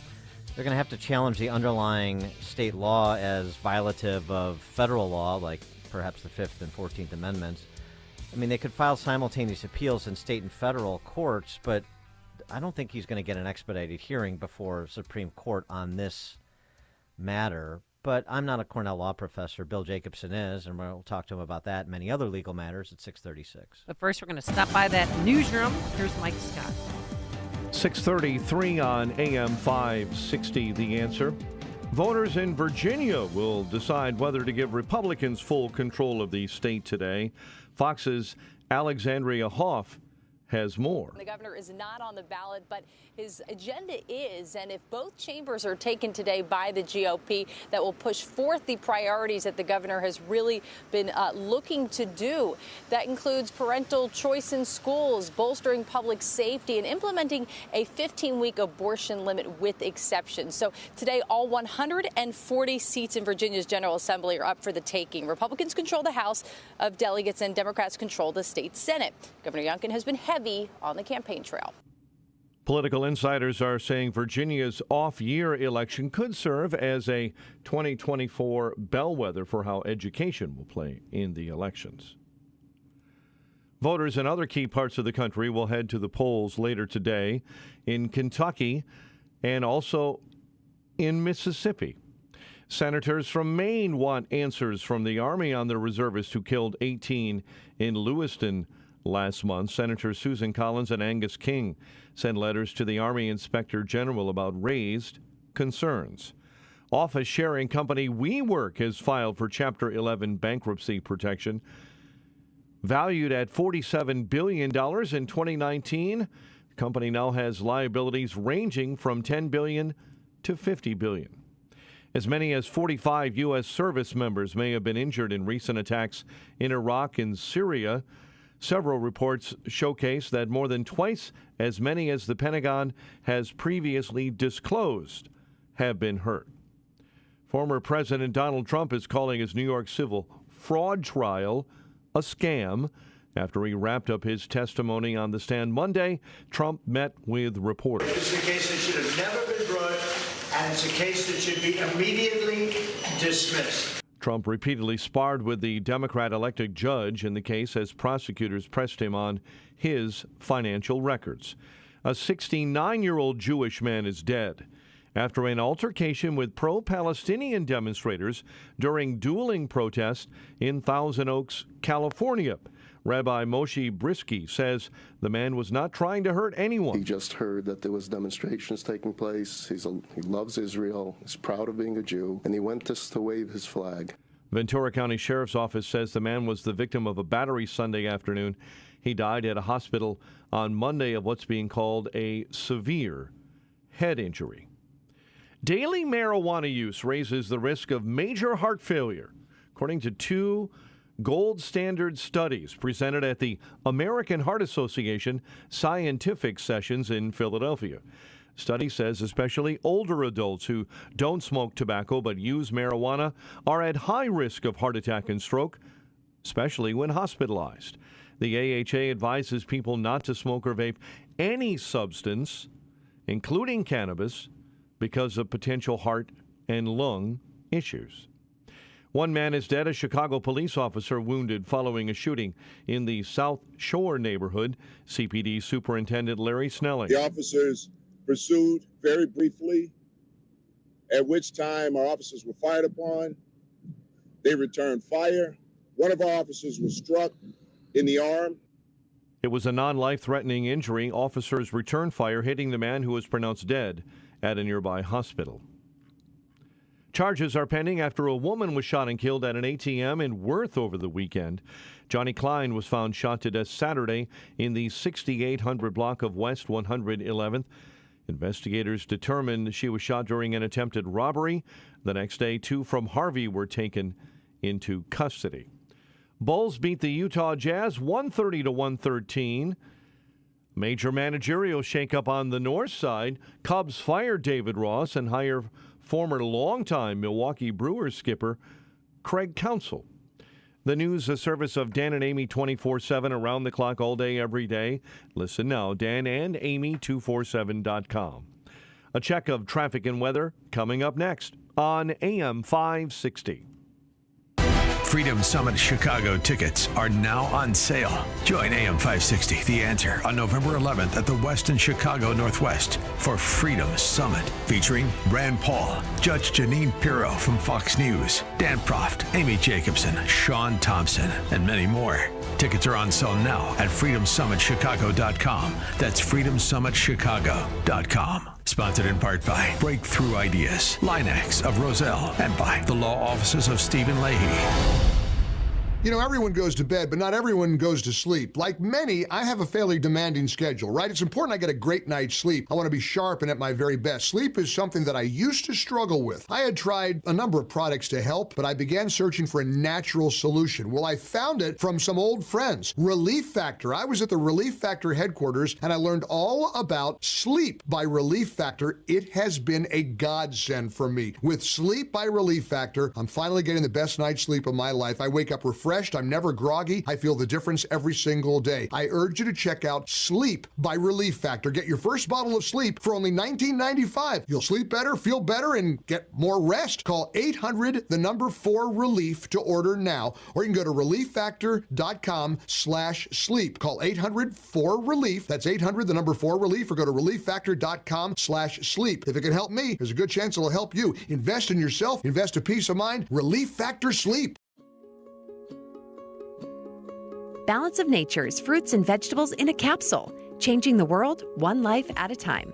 Hi, my name is Peg. I'm a wife, mother, and grandmother.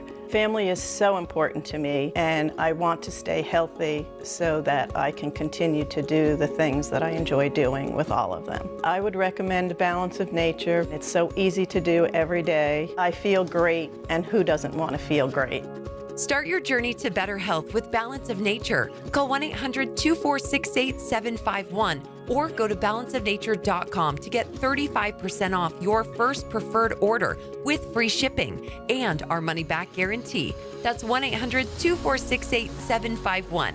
Go to balanceofnature.com or call 1-800-246-8751 and get this special offer by using discount code CHICAGO. Wesley Financial Group is not a law firm. Everyone knows the old saying, nothing lasts forever. Well, whoever said that obviously never bought a timeshare. Not only do your maintenance fees and assessment fees go on forever, they go up forever. I'm Chuck McDowell, founder of Wesley Financial Group. Over 10 years ago, I was a timeshare salesman. But once I saw the dark side of the business, I quit. I started helping folks get out of their timeshares. Since then, we've helped over 30,000 families by getting them out of bad timeshares. If your timeshare agreement goes on forever, if you were told timeshares are a great investment, or your maintenance fees will never go up, you have questions, we have the answers. Give us a call. I guarantee if we take you as a client, we'll get you out of your timeshare or you'll pay nothing. Call Wesley now for your free information kit. 800-839-8484. That's 800-839-8484. 800-839-8484. Make the hiring process work for you. With Indeed's end-to-end hiring solution, you can attract, interview, and hire candidates all from one place. Start at Indeed.com/credit. 641, let's get an update on the roads. Team Hochberg Traffic Center time, a service of Audible. Escape with the best stories of the year on Audible. Memoirs, mysteries, and more. Ignite your imagination. Sign up for a free 30-day trial at audible.com. Accidents in Bartlett at Naperville Road and Bartlett Road, Crestwood, Cicero and Midlothian Turnpike, Burr Ridge, Frontage Road, and Clarendon Hills Road. Big problems on I-65 northbound between 153rd and 137th in northwest Indiana. You've got emergency repair work in place until at least 6 a.m. on Friday morning, causing big delays right now. Chicago's Morning Answer with Dan and Amy continues next. Your official Chicagoland weather forecast. Mostly cloudy expected today, highs in the low 50s. Winds will be calmer today and a chance of showers overnight with steady temps in the upper 40s. Currently, 43 at O'Hare. Your next news update is at 7. Chicago's Morning Answer continues next on AM 560, The Answer. This hourly segment is brought to you by Health Quest Radio with Dr. David Kolbaba. Saturday mornings at 11. Visit healthquestradio.com. Now, from the Signature Bank Studios, this is Chicago's Morning Answer with Dan Proft and Amy Jacobson. Only the biggest stories, only the biggest guests, and only the biggest opinions. This is AM 560, The Answer. Top of the morning, Dan and Amy. I'm going to go back to what Alina Habba, Trump's attorney in the civil case in New York City that's playing out, had to say after court yesterday and after Trump's testimony about Letitia James and, the Honorable Judge Torquemada presiding over the trial. They've got nothing but their politics. She's got nothing but her Soros backing, which we discovered recently. And I am sick and tired of seeing it. Pay attention, America. Pay attention. Because when you're in court one of these days and you don't have a lawyer that has a microphone and you don't have a lawyer that can go on TV and you've got judges gagging them, what are you going to do? We need to fix this country. And we need to stop what is happening in this courtroom. President Trump is worth a lot more, and she wasn't ready for it. She doesn't understand it. And before she rushed to judgment, she should have thought about attacking somebody with over 50 years of real estate expertise who changed single-handedly the skyline of New York City. She picked the wrong person, and her politics will fail for it. For more on this, we're pleased to be joined. And by the way, I better be careful on name calling in the direction of the judge. I don't want to be hit with a gag order, fined $10,000. William Jacobson is a clinical professor of law, director of the Securities Law Clinic at Cornell Law School. He's also the founder of LegalInsurrection.com, president of the Legal Insurrection Foundation as well. Professor Jacobson, thanks for joining us again. Thanks for having me on. Just now that we've got Trump's testimony completed, your latest and greatest handle on this prosecution by Letitia James, I suspect it hasn't changed terribly much. No, it really hasn't. It was abusive when it started. It was disgraceful. She's a disgrace for using her office for political purposes. She announced when she ran for office that she was going to get Donald Trump and his family. She really has sullied the office. If he committed a crime or if he committed a civil offense, it could have been handled in the normal fashion, but she's the one who decided to make it all political. And it's a travesty. It really is a travesty. I think anybody doing business in the state of New York, and I work in the state of New York at Cornell, needs to be worried about what has happened to the Attorney General's office, that if you are on the wrong side of politics, you can be targeted. So I think the whole thing's disgraceful, the way she's been making public statements throughout this trial, essentially trying to taunt Trump in public with her video releases. I think the whole thing is a disgrace. And I think the judges handled it extremely poorly. I think that he should have heard testimony. He should have heard all the evidence before he ruled against Trump. What we're going through now is not actually the liability phase. Trump's already been found liable. Now it's just remedy. How badly are they going to damage him? The whole thing is ludicrous, and it's really shameful. The relief that Trump has, we were talking about this before you came on, the suggestion that, we know what's going to happen here. We just, again, don't know the extent of the punishment to be imposed, as you just said. But then he can appeal that decision, but you can anticipate the courts in New York will rubber stamp this decision. Maybe you can't, but let's say you can. Does he have relief anywhere else? Do you see an angle for him to challenge the underlying constitutionality of the law under which he's being tried civilly and make like a Fifth, 14th Amendment claim to get into federal court and try to get this all the way to the Supreme Court? It doesn't seem to me there's much chance of that, or certainly no chance of an expedited appeal at the Supreme Court level, but people are thinking about this in the context of the presidential election and seeing if that changes anything in terms of his chances for relief at the federal level if he can't get it at the state level. Yeah, I don't see that happening soon. I think he's going to have to exhaust his state appeals, and in New York State there are two levels of appeals. So he's in the state Supreme Court now, which oddly enough is the lowest court in New York, unlike most states. And the New York Supreme Court has an appellate division. You then go from the appellate division to the Court of Appeals, which is actually the highest court. So he has two levels of appeals at the state level. He could then try to go, depending what his claims are, to directly to the U.S. Supreme Court from the state's highest court. He would have to show some sort of federal constitutional issue. Might be complicated. I haven't really researched this by the fact that it's a civil trial, not a criminal trial. But I don't think the appellate level in New York, from my having practiced law for almost 40 years in New York, I don't think they're going to rubber stamp what happens.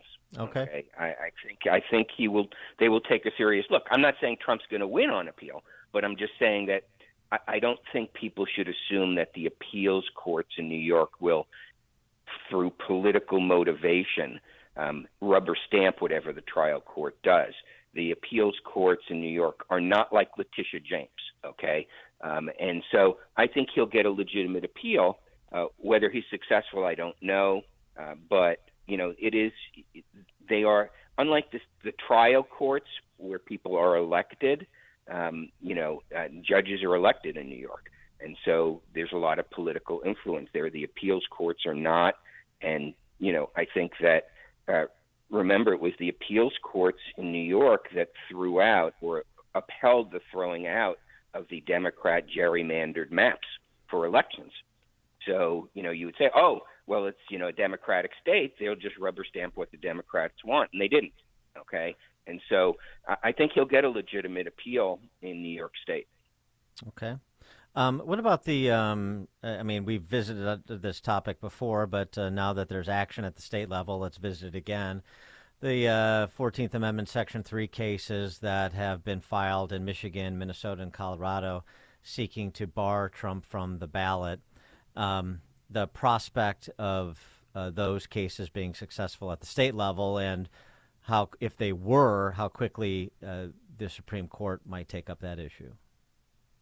Well, if any of those result in Trump being declared ineligible for the ballot, I think that's going to get on a very fast track to the Supreme Court, because that is, a federal election, involves federal law, it involves the Constitution.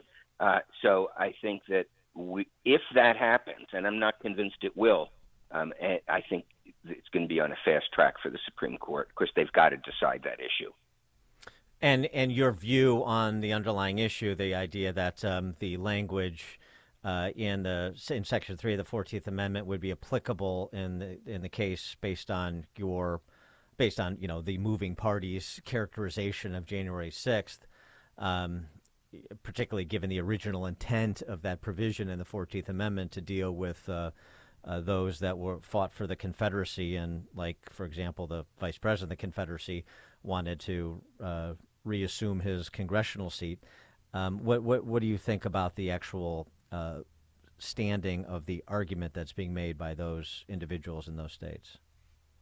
Yeah, I think the Supreme Court's going to be dealing with somewhat uncharted territory in the sense that you're right. That was there to address the armed insurrection against the United States. And no matter what you call January 6th, it was not an armed insurrection. No shots were fired, at least not by the demonstrators. There was a shot fired at Ashley Babbitt, but, so it's a very different situation. You would then have to say, well, who gets to decide what constitutes an insurrection? Is it any state official? Can they decide that Joe Biden refusing to enforce our immigration laws and opening the border, is that an insurrection against the authority of our country? Well, you'd say, well, no, he hasn't taken up arms against the country. Well, neither did Donald Trump. So if you're going to empower any local state election official or even state courts to make that decision, I think that's something the Supreme Court's going to need to sort through. And I don't know how they're going to decide it. The Constitution sets guidelines and principles for the country, but it doesn't necessarily resolve every issue. That's why we have so much litigation over what the Constitution means. I think the court's probably going to look for the history of that provision and say that even if all the allegations against Donald Trump are true, that contesting an election is not a violation of the 14th Amendment. Contesting an election is not in it of itself illegal. That's one of the things the media at the Democrats' urging has really put in people's minds, that trying to overturn an election is illegal. It's not. People try to overturn elections all the time. The question is, how do you do it? Did you do it by an illegal means? Democrats tried to overturn elections almost every time a Republican wins the presidency. They object to electors. They object to the count. They file lawsuits. They fight like hell to try to overturn the election. Nobody gets prosecuted for that. So I think the Supreme Court's not going to say, hey, any attempt to overturn an election or object to it is disqualifies you from running for office. Professor Jacobson, can you tell us what's going on with Cornell Center for Jewish Living? I know that they had threats against them. The students had to hide in the library. Then apparently they were told to move to the attic because they couldn't keep them safe. School was canceled on Friday. What happened with the leadership at the school? Yeah, I mean, I think those are two separate things. The hiding in the attic was Cooper Union in New York City, where quote-unquote pro-Palestinian, which really simply means anti-Israel, student protesters trapped some Jewish students in the library, and security told them to hide in the attic, which is eerie beyond belief, because that's what happened, when the Nazis invaded European countries and Jews had to hide in the attics. I think that's a really good metaphor here.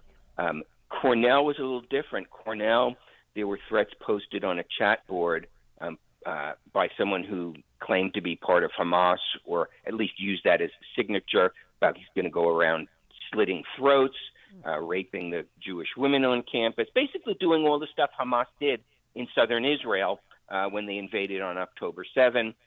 And it turns out that it was a Cornell undergraduate student, I think a junior, who posted those. The FBI was able to track his IP addresses and things like that through the chat board.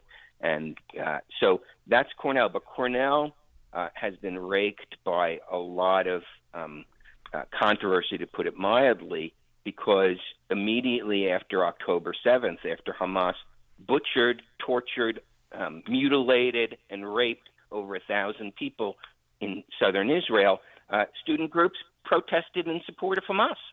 A professor took the stage, and this got tons of play in the media, in a rally in downtown Ithaca, attended by a lot of students, and said he felt exhilarated when he heard of Hamas's attack. Of course, he said, oh, well, I didn't approve of everything they did, but, he was exhilarated when he heard about it. So Cornell has a real problem, and I've been saying this, and I've been saying this for many, many years, long before October 7th, that there is a racialized hatred brewing on the campus, which targets Jews, and which now has come out into the open. And so that's what Cornell, the perp has been arrested. He's in federal custody. Presumably he'll be prosecuted to the full extent of the law. But Cornell has a very deep, deep problem that they refuse to acknowledge. And Cornell administration's reaction to October 7th was a mealy-mouthed, kind of both sides were concerned about everybody statement that created such a fury that the president had to issue a follow-up statement saying, oh, I didn't mean anything by failing to condemn Hamas. Oh, of course I condemn Hamas.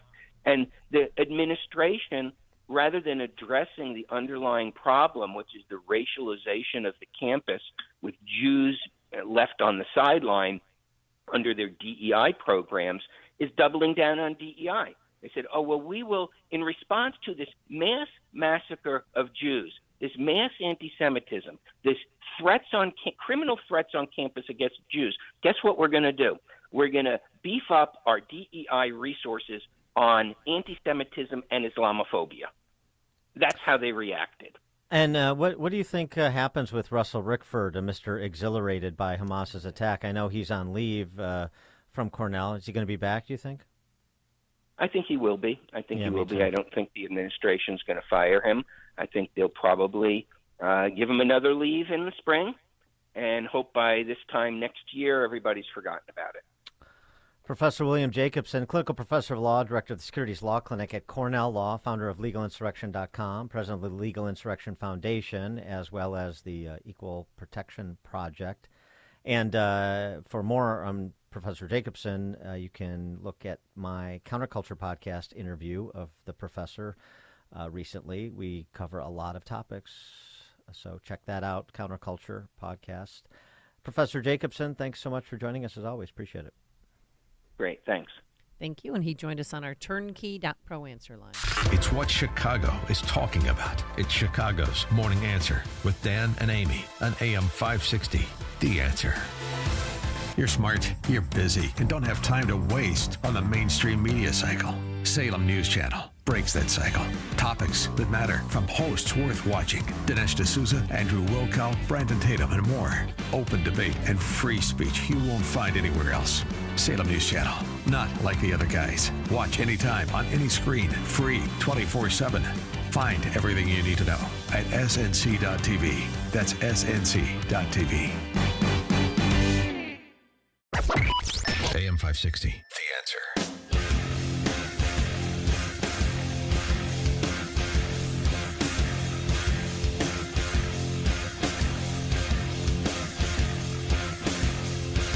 Coming up at 7:07, we'll talk to Al Cross, professor at University of Kentucky School of Journalism, about today's big election for governor in Kentucky and what it may portend for 2024. That's 7:07. But now let's head into the newsroom with news here at home and around the world. The one and only Mike Scott. Good morning, Mike. Amy and Dan, here are the stories we're following this morning. One man is dead and a Chicago police officer wounded following a shooting in the South Shore neighborhood. Charges are pending after a woman was shot and killed in Worth over the weekend. The Bulls snap a 3-game losing skid with a win over visiting Utah. Major managerial shakeup on the north side.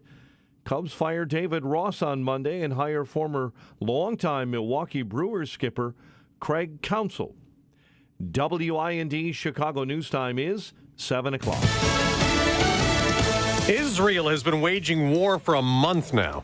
I'm Dave Anthony, Fox News. After the Hamas terror attack that killed 1,400 Israelis, and there is no end in sight. A ceasefire would be a surrender to Hamas. But Prime Minister Benjamin Netanyahu tells ABC News he's open to possible brief pauses in fighting to allow more humanitarian aid into Gaza, where more than 10,000 Palestinians have been killed. The Israelis are pushing deeper into the Strip today. They say overnight they were able to destroy a Hamas command center and found anti-tank guided missiles along with other weapons, as the Israelis are not only looking to destroy Hamas leadership, but also looking for those 240 hostages. Fox's Trey Yanks near the Gaza border. Another consequence of Russia's war on Ukraine, an international agreement falls apart. NATO and Russia agreed in 1990 not to build up large numbers of troops near shared borders.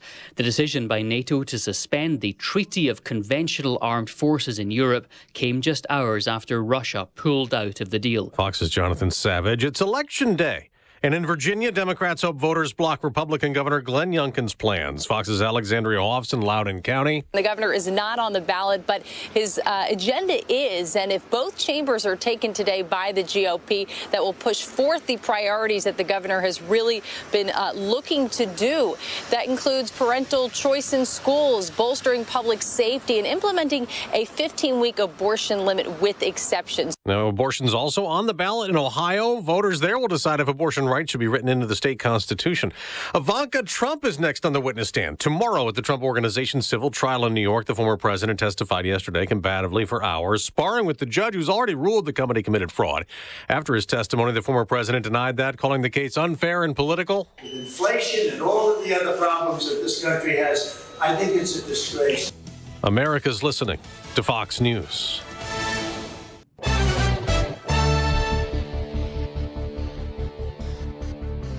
.46 degrees. We have sunshine at the moment, but clouds on the way at 7:02 on AM 560. The Answer. Good morning. I'm Mike Scott. One man is dead. A Chicago police officer is wounded following a shooting in the South Shore neighborhood.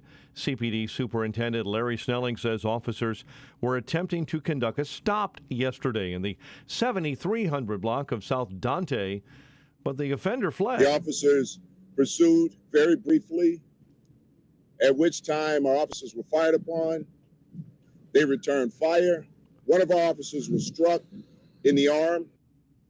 It was a non-life-threatening injury, and the officers then returned fire, hitting the man who was pronounced dead later at a nearby hospital.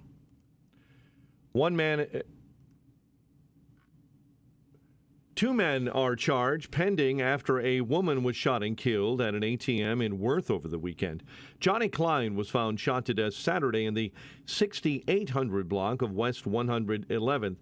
The next day, 2 from Harvey were taken into custody.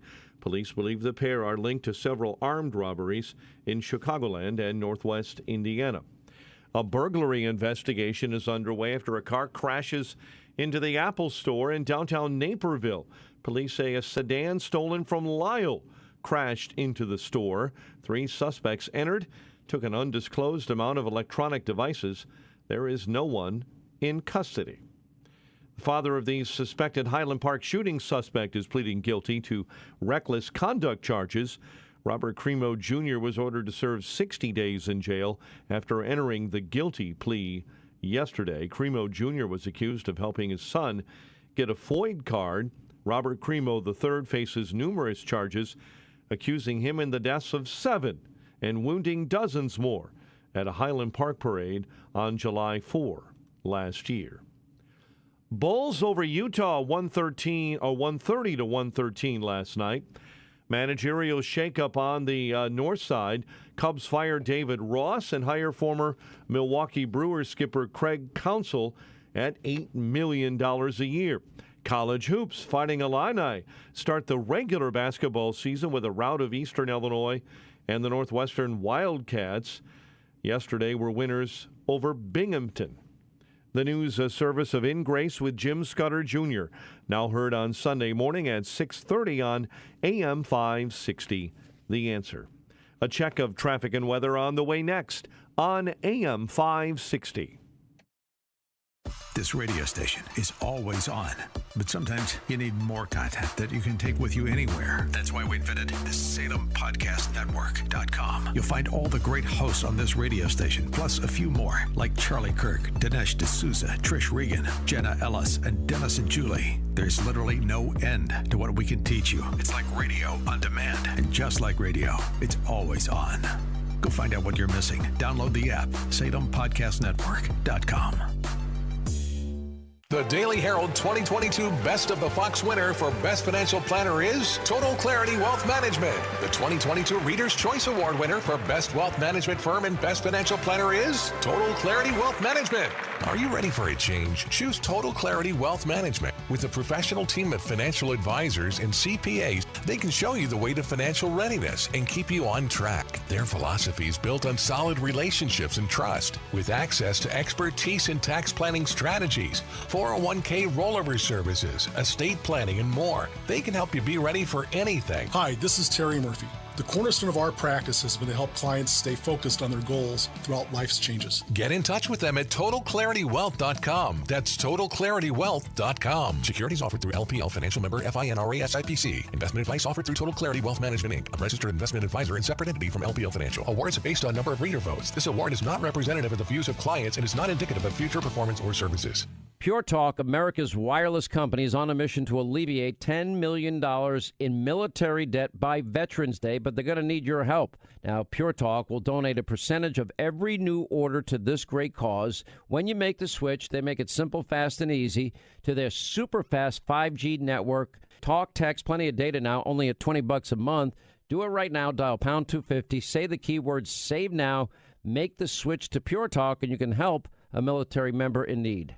Hi, I'm Martha Stewart. Every year, more than 4 million pets enter shelters here in the United States. My friends at American Humane have been helping animals since 1877. The goal is to ensure that pets have a safe shelter, especially during natural disasters. Adopting a shelter pet allows shelters to help more animals awaiting care. Please consider adopting today and take some time to learn more about American Humane's other work at americanhumane.org. Eating balance of nature, fruits and veggies, is not replacing the fruits and vegetables in your diet. It is fruits and vegetables in your diet. Ask yourself, how many servings of fruits and vegetables have I eaten today? Have you eaten 1, 2, 3, and from how many varieties? Most people are less than 3. Our body is an amazing chemical laboratory, and when you give it the right chemistry, it functions the best. Balance of Nature is 31 different fruits and vegetables prepared in a way to give you the ultimate whole fruit and vegetable chemistry. Let Balance of Nature help you supplement your fruit and vegetable intake for a lot less money and a lot less work and a much higher quality of life. Start your journey to better health with Balance of Nature. Go to balanceofnature.com to get 35% off your first preferred order and get this special offer by using discount code CHICAGO.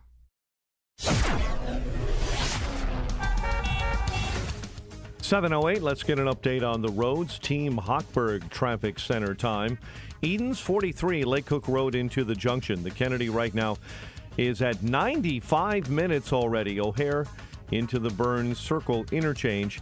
The Ike settling in at an hour 5, 390 to the old post office. Stevenson an hour from 355 into DuSable Lakeshore Drive. Dan Ryan a half hour, 95th into the Burns Circle interchange. Chicago's Morning Answer with Dan and Amy continues next. Here's your official Chicagoland weather forecast with our meteorologist, Steve Williams. A bit of sunshine to start things off. Clouds move in later, high 55. Cloudy with occasional rain and drizzle late tonight, low 48. Clouds with occasional rain tomorrow, the high 58. And then partly sunny on Thursday, the high 54. I'm Steve Williams on AM 560, The Answer. 43, partly cloudy right now at O'Hare. Your next news update is at 7:30, and Chicago's Morning Answer continues next on AM 560, The Answer. Now, from the Signature Bank Studios. This is Chicago's Morning Answer with Dan Proft and Amy Jacobson on AM 560, The Answer.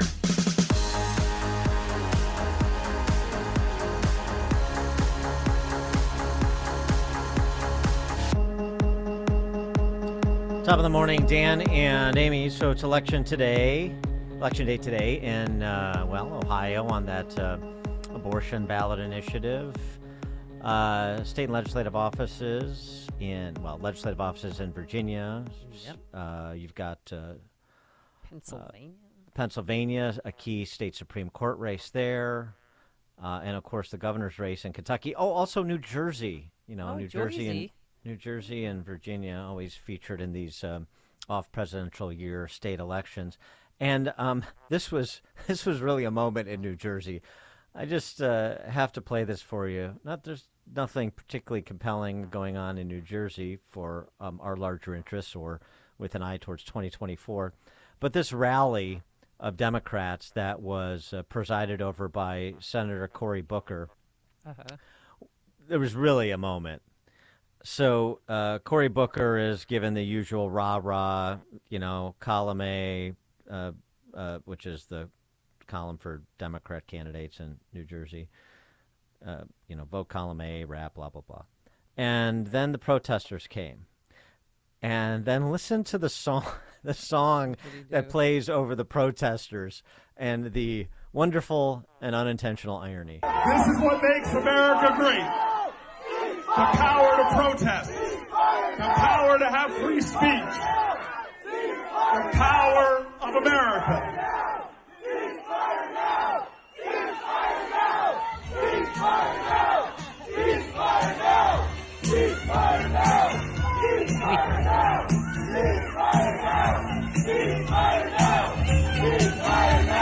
Column A, all the way. Column A, all the way. Column A, all the way. Column A, all the way. Nothing says we are family like two factions in the Democrat Party screaming chants at one another. We are family. Family sounds a bit fractured there, Senator. But anyway, I just thought that was humorous. Al Cross is a professor at the University of Kentucky School of Journalism and Media and director of its Institute for Rural Journalism and Community Issues. He's the longest-serving political writer for the Louisville Courier Journal, that is, a national president of the Society of Professional Journalists, former. His opinions are his own, not the University of Kentucky's. All right, we won't check this with John Calipari. Al Cross, thanks so much for joining us. Appreciate it. Glad to be with you. So the Cameron-Beshear race, it seemed like Beshear was going to win comfortably, and then polls as we're closing into today, seem to tighten up so that basically some of what I've seen, it's a statistical dead heat. How do you see this playing out? How do you handicap today's governor's race? Well, it essentially depends on how powerful Donald Trump is at turning out his supporters for the Republican Attorney General, Daniel Cameron, who has made Trump's endorsement a centerpiece of his campaign the last couple of weeks. He's also had a very good closing message of his own in which Trump is just playing a small role. But I don't think any of us really believe that Beshear would win comfortably. I think we looked at the numbers and said, this is a Republican state, plurality in registration, majority in voter performance. And even though Beshear has high job approval ratings, once you start ringing the partisan bell and attacking him on a partisan basis and invoking the name of Trump, we knew this race would tighten up. And the latest poll in this race shows that the Cameron supporters are voting pretty heavily against Beshear, almost as much as they are voting for Cameron, which tells me that they really haven't gotten to know Daniel Cameron all that well. They know Andy Beshear, and they're against him. So we'll see how many of those people turn out. Well, it's really, the election's really about turnout. It's not been a persuasion election. Cameron's campaign has been primarily directed at turning out his base, and Beshear wants to hold on to the people, including Republicans, who look at him favorably. Is Daniel Cameron getting the black vote? We don't know. It's hard to poll in the state because African Americans are only 8% of the vote, and their sample sizes in polls are usually too small to draw any analysis.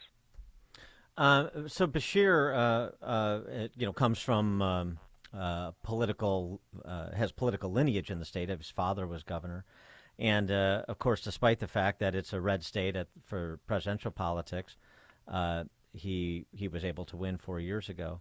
So he won 4 years ago because he was running against a very unpopular incumbent, Matt Bevin. As Mitch McConnell says, Matt Bevin literally talked himself out of the office. And the Republicans thought Beshear would be an easy pick 4 years later, but the pandemic came along and people generally approved of Beshear's actions in the pandemic. Now, Cameron is trying to take some of those actions and use them against Beshear, I think to some effect. But Beshear's job approval rating remains above 50. Right, and so that's sort of my point. So, yeah, he may have ran against an unpopular incumbent Republican 4 years ago, but his approval rating is over 50 in a state that Trump won by 26 points. So it's a little bit more complicated at the local level than maybe outside observers would appreciate.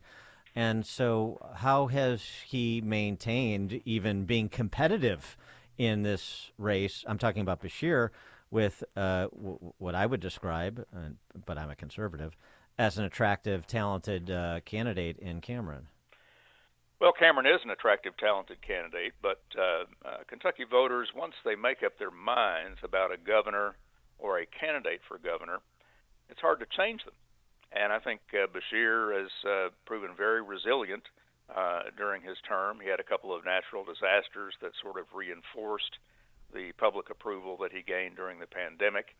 And the Cameron campaign has gradually tried to build up his name recognition and support and draw on that partisan label and the Trump label to get past Beshear, and it could happen today. And Cameron has been significantly outspent, hasn't he, despite the fact that not only does Cameron have Trump's support, but he has Mitch McConnell's support in the Republican Senatorial Committee as well. Mitch McConnell has known Cameron for a long time. Well, the Senatorial Committee isn't involved in this race as far as I know. I mean, not the Senatorial Committee, but I mean the RGA plus McConnell is what I meant. And there's a lot of super PACs involved. You know, the Club for Growth is here.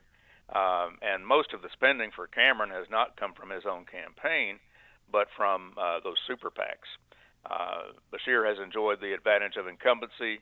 The contributors who have something to gain or lose at the hands of the state thought he was going to win, so they stuck with him. How do you think Beshear handled the COVID situation? Well, I think he followed the advice of public health professionals.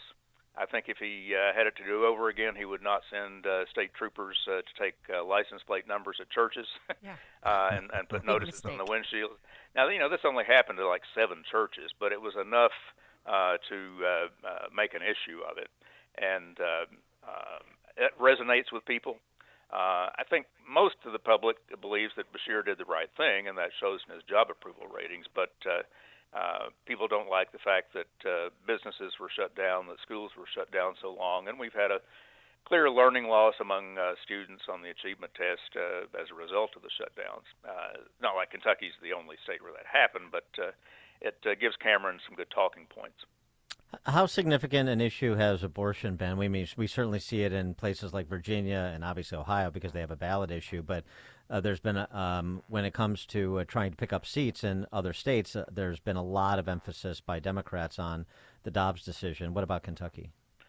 Well, it's pretty unusual to see a Democrat running on abortion, but that's what Beshear is doing in criticizing Cameron's lack of support for rape and incest exceptions. Essentially, the Supreme Court punted the ball to the other side of the field, and the Republicans made a fair catch in their own red zone and decided not to move the ball.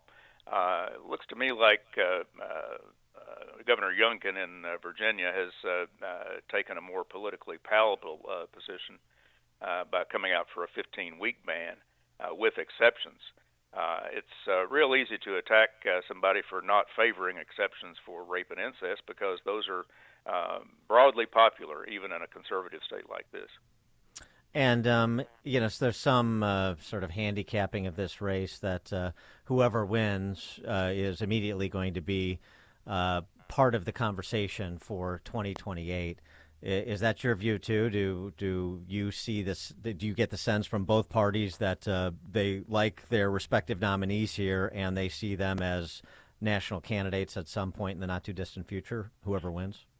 Well, I think each of these candidates would have some more things to prove before they could really become a big part of the national conversation. But I don't think Jonathan Martin of Politico was off base when he wrote a column yesterday saying that Kentucky could elect a president because Cameron, if elected, will be the first African-American elected governor in America. And that's a pretty good talking point for a party that thinks it can grow African-American support. Beshear, if he wins, that sends a message to Democrats that they need to pay attention to the broad middle of America and that they can still appeal to voters in the middle if you have a candidate with a good track record. He is Al Cross. He's a professor at the University of Kentucky School of Journalism and Media, director of its Institute for Rural Journalism and Community Issues, longest-serving political writer for the Louisville Courier-General as well. And again, his opinions were his own, not the University of Kentucky's. Al Cross, thanks so much for joining us. Appreciate it.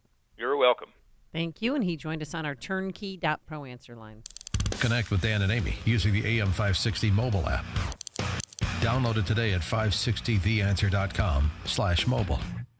The following is a paid political announcement. Valparaiso is a growing community that has become a model city for the Midwest. Valparaiso has momentum, and Matt Murphy wants to make sure we keep moving forward. Over the past 4 years, we have prioritized public safety by adding additional police officers, firefighters, and school resource officers, and decreased crime by 11%. Now, Matt Murphy is running for Valparaiso City Council to keep our city on the right track. We've invested in our infrastructure by paving more than 30 miles of roads. We engaged the next generation by creating the Mayor's Youth Council. We've increased our rainy day fund, improved government transparency by live streaming our meetings, and kept property taxes low. As a conservative leader, Matt Murphy will work to keep Valpo a strong and thriving community. We've done a lot, but the work isn't done. Valpo's on the right track, and we need your help to keep conservatives on the City Council. I'm Matt Murphy, and I'm asking for your vote on or before November 7th. Paid for by the committee to elect Matt Murphy. Right now is a really good time to get your student loans under control. There are so many people that we talk to every day who tell us that they just feel so much anxiety and overwhelmed by their student loans. But once they pick up that phone and call us and we're able to give them a plan and a strategy that may lower their payment by hundreds of dollars, sometimes thousands of dollars, and may actually get their loans forgiven. The point is just to give people some clarity and control over their situation so that they know that whatever the payment is, whatever the plan is, there actually is a plan, and that plan is going to save them the most amount of money. I'm Ray Kaplan, and I can help you get debt-free, stress-free. Give us a call at 312-294-8989 or visit us at financialrelief.com. It happens every year. Winter. Delivering and receiving supplies and getting people where they need to go can be impossible. Keeping your business doors and gates working properly to keep out the extreme weather is a major concern. Your business can't afford a loss of income or productivity. Think ahead this winter and call Industrial Door Company of Chicago, Inc. for your commercial door maintenance and security tune-up now. You can't always plan when your doors break down, and it always seems to come at the least convenient time. Industrial Door Company will ensure your doors, grills, gates, and dock equipment are working to specification and give you advice on how to increase the life of your doors. Go online to see a range of products and services at industrialdoor.com. Call anytime, 847-258-5620. Their team will be there before the extreme cold weather causes financial losses for your company and assist in your time of need. Since 1982, the Industrial Door Company of Chicago, Inc. takes care of your doors so you can take care of business. What if you could build a six-figure retirement income with almost half the money saved? You heard that right. Get a discount on your retirement, creating a six-figure income with 40% less than traditional 401ks and mutual funds. Hi, I'm Mitch Lyons, best-selling author and executive producer of a new Hollywood documentary called The Baby Boomer Dilemma. In this film, economists and Nobel Prize-winning PhDs share a strange concept I call the retirement discount. It gives you more retirement income with the same dollar saved, and your money is never at risk if the market crashes. That's right. If the market crashes 30%, you lose nothing. Even people who are on track have shifted money to this new strategy because it increases their retirement income or can allow them to stop working years sooner. So if you are over 50 and want a bigger, better retirement with less money, call to get a free copy of this brand new movie, 1-800-578-3535. This is a $30 value, but when you call today, you get it completely free, plus 2 hours of bonus behind-the-scenes footage. No credit card required. Call right now. 1-800-578-3535. That's 1-800-578-3535. Again, 1-800-578-3535.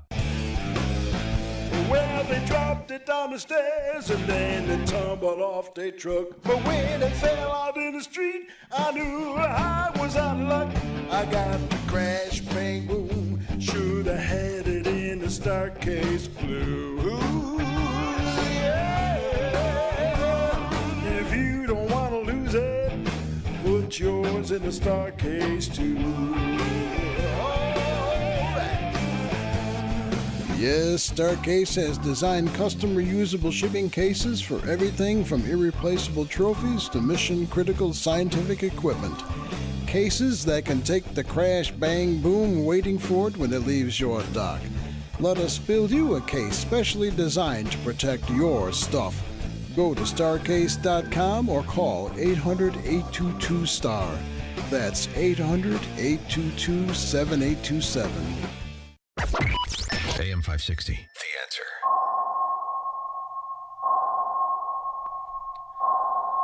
Dana and Amy, that sound means it's time for In-Depth History with Frank from Arlington Heights, because there's nothing new in this world. It's just the history you don't know. On this date, November 7th, in American history, I turn it over to Frank in Arlington Heights. Good morning, my fellow Americans. November 7th, 1944, a date which resulted in my re-election. It is fair to consider FDR as the greatest politician in U.S. history. Think about it. He painted Herbert Hoover as an aloof apple peddler and won 42 states in 1932. Then, with unemployment still at 13%, he convinced the country that happy days are here again, and clobbered Alf Landon in 1936. Then, despite the Depression still raging, he was able to overcome the two-term example set by George Washington, who defeated Wendell Willkie in 1940. Finally, in 1944, in the midst of World War II, he defeated the popular mob-busting governor of New York, Thomas Dewey. This last landslide victory, though, was the closest and possibly hinged on who would be his vice president, as FDR was quite ill. His first VP was the prickly Cactus Jack, John Nance Garner of Uvalde, Texas, who liked his job so much he compared it to a warm bucket of urine. His second VP was the agrarian socialist and mystic Henry Wallace. In 1944, the party forced the choice of Senator Harry S. Truman of Missouri on him. Fortunately, today, we have the 22nd Amendment to limit a president to 2 terms. So far, though, it doesn't look like President Biden is considering a similar move with his clueless VP. Frank, very good. So 2 thoughts. One is, and then, of course, according to the Tribune, then Thomas Dewey went on to defeat Harry Truman in 1948. Do I have that history right? I'm just... No, you don't actually. Yeah. That was Yeah. Thomas Dewey was not a good candidate for sure. He was kind of wooden. Like Mitt Romney. And Wendell Willkie is sort of an interesting parallel to Trump, right? The only person not to hold office to be a major party nominee until Trump. Yeah. Or although, general. for general. Although Willkie, it was interesting because so Willkie came from the outside as a successful businessman, but he was an internationalist, whereas Trump was an America firster. So it's some similarities and differences. For sure, yeah. I mean, he was a utilities executive. I forget the name of the company that he was CEO of. Ran for president, lost. I don't think he ran a very good campaign against FDR. It was tough though. But then in 1942, he actually went on a foreign junket for FDR, and it was, reading up on it, it was really quite impressive. He went basically around the world, went down to South America, over to Africa, then to Egypt, saw Montgomery at El Alamein, and went to go see Stalin and Chiang Kai-shek and various other world leaders. So FDR trusted him enough and wanted to show unity in the country in the midst of 1942, a terrible year. So he did that, and he was very much a person who was for the UN. He wrote a book called One World, and he was definitely an internationalist, whereas Trump is of a different persuasion on that. Yeah. front. All right. So FDR replaced Cactus Jack, John Nance Garner, but the big guy, Mr. 10%, is not going to similarly replace his warm bucket of urine. Got it. Okay. Well, that's a good history lesson.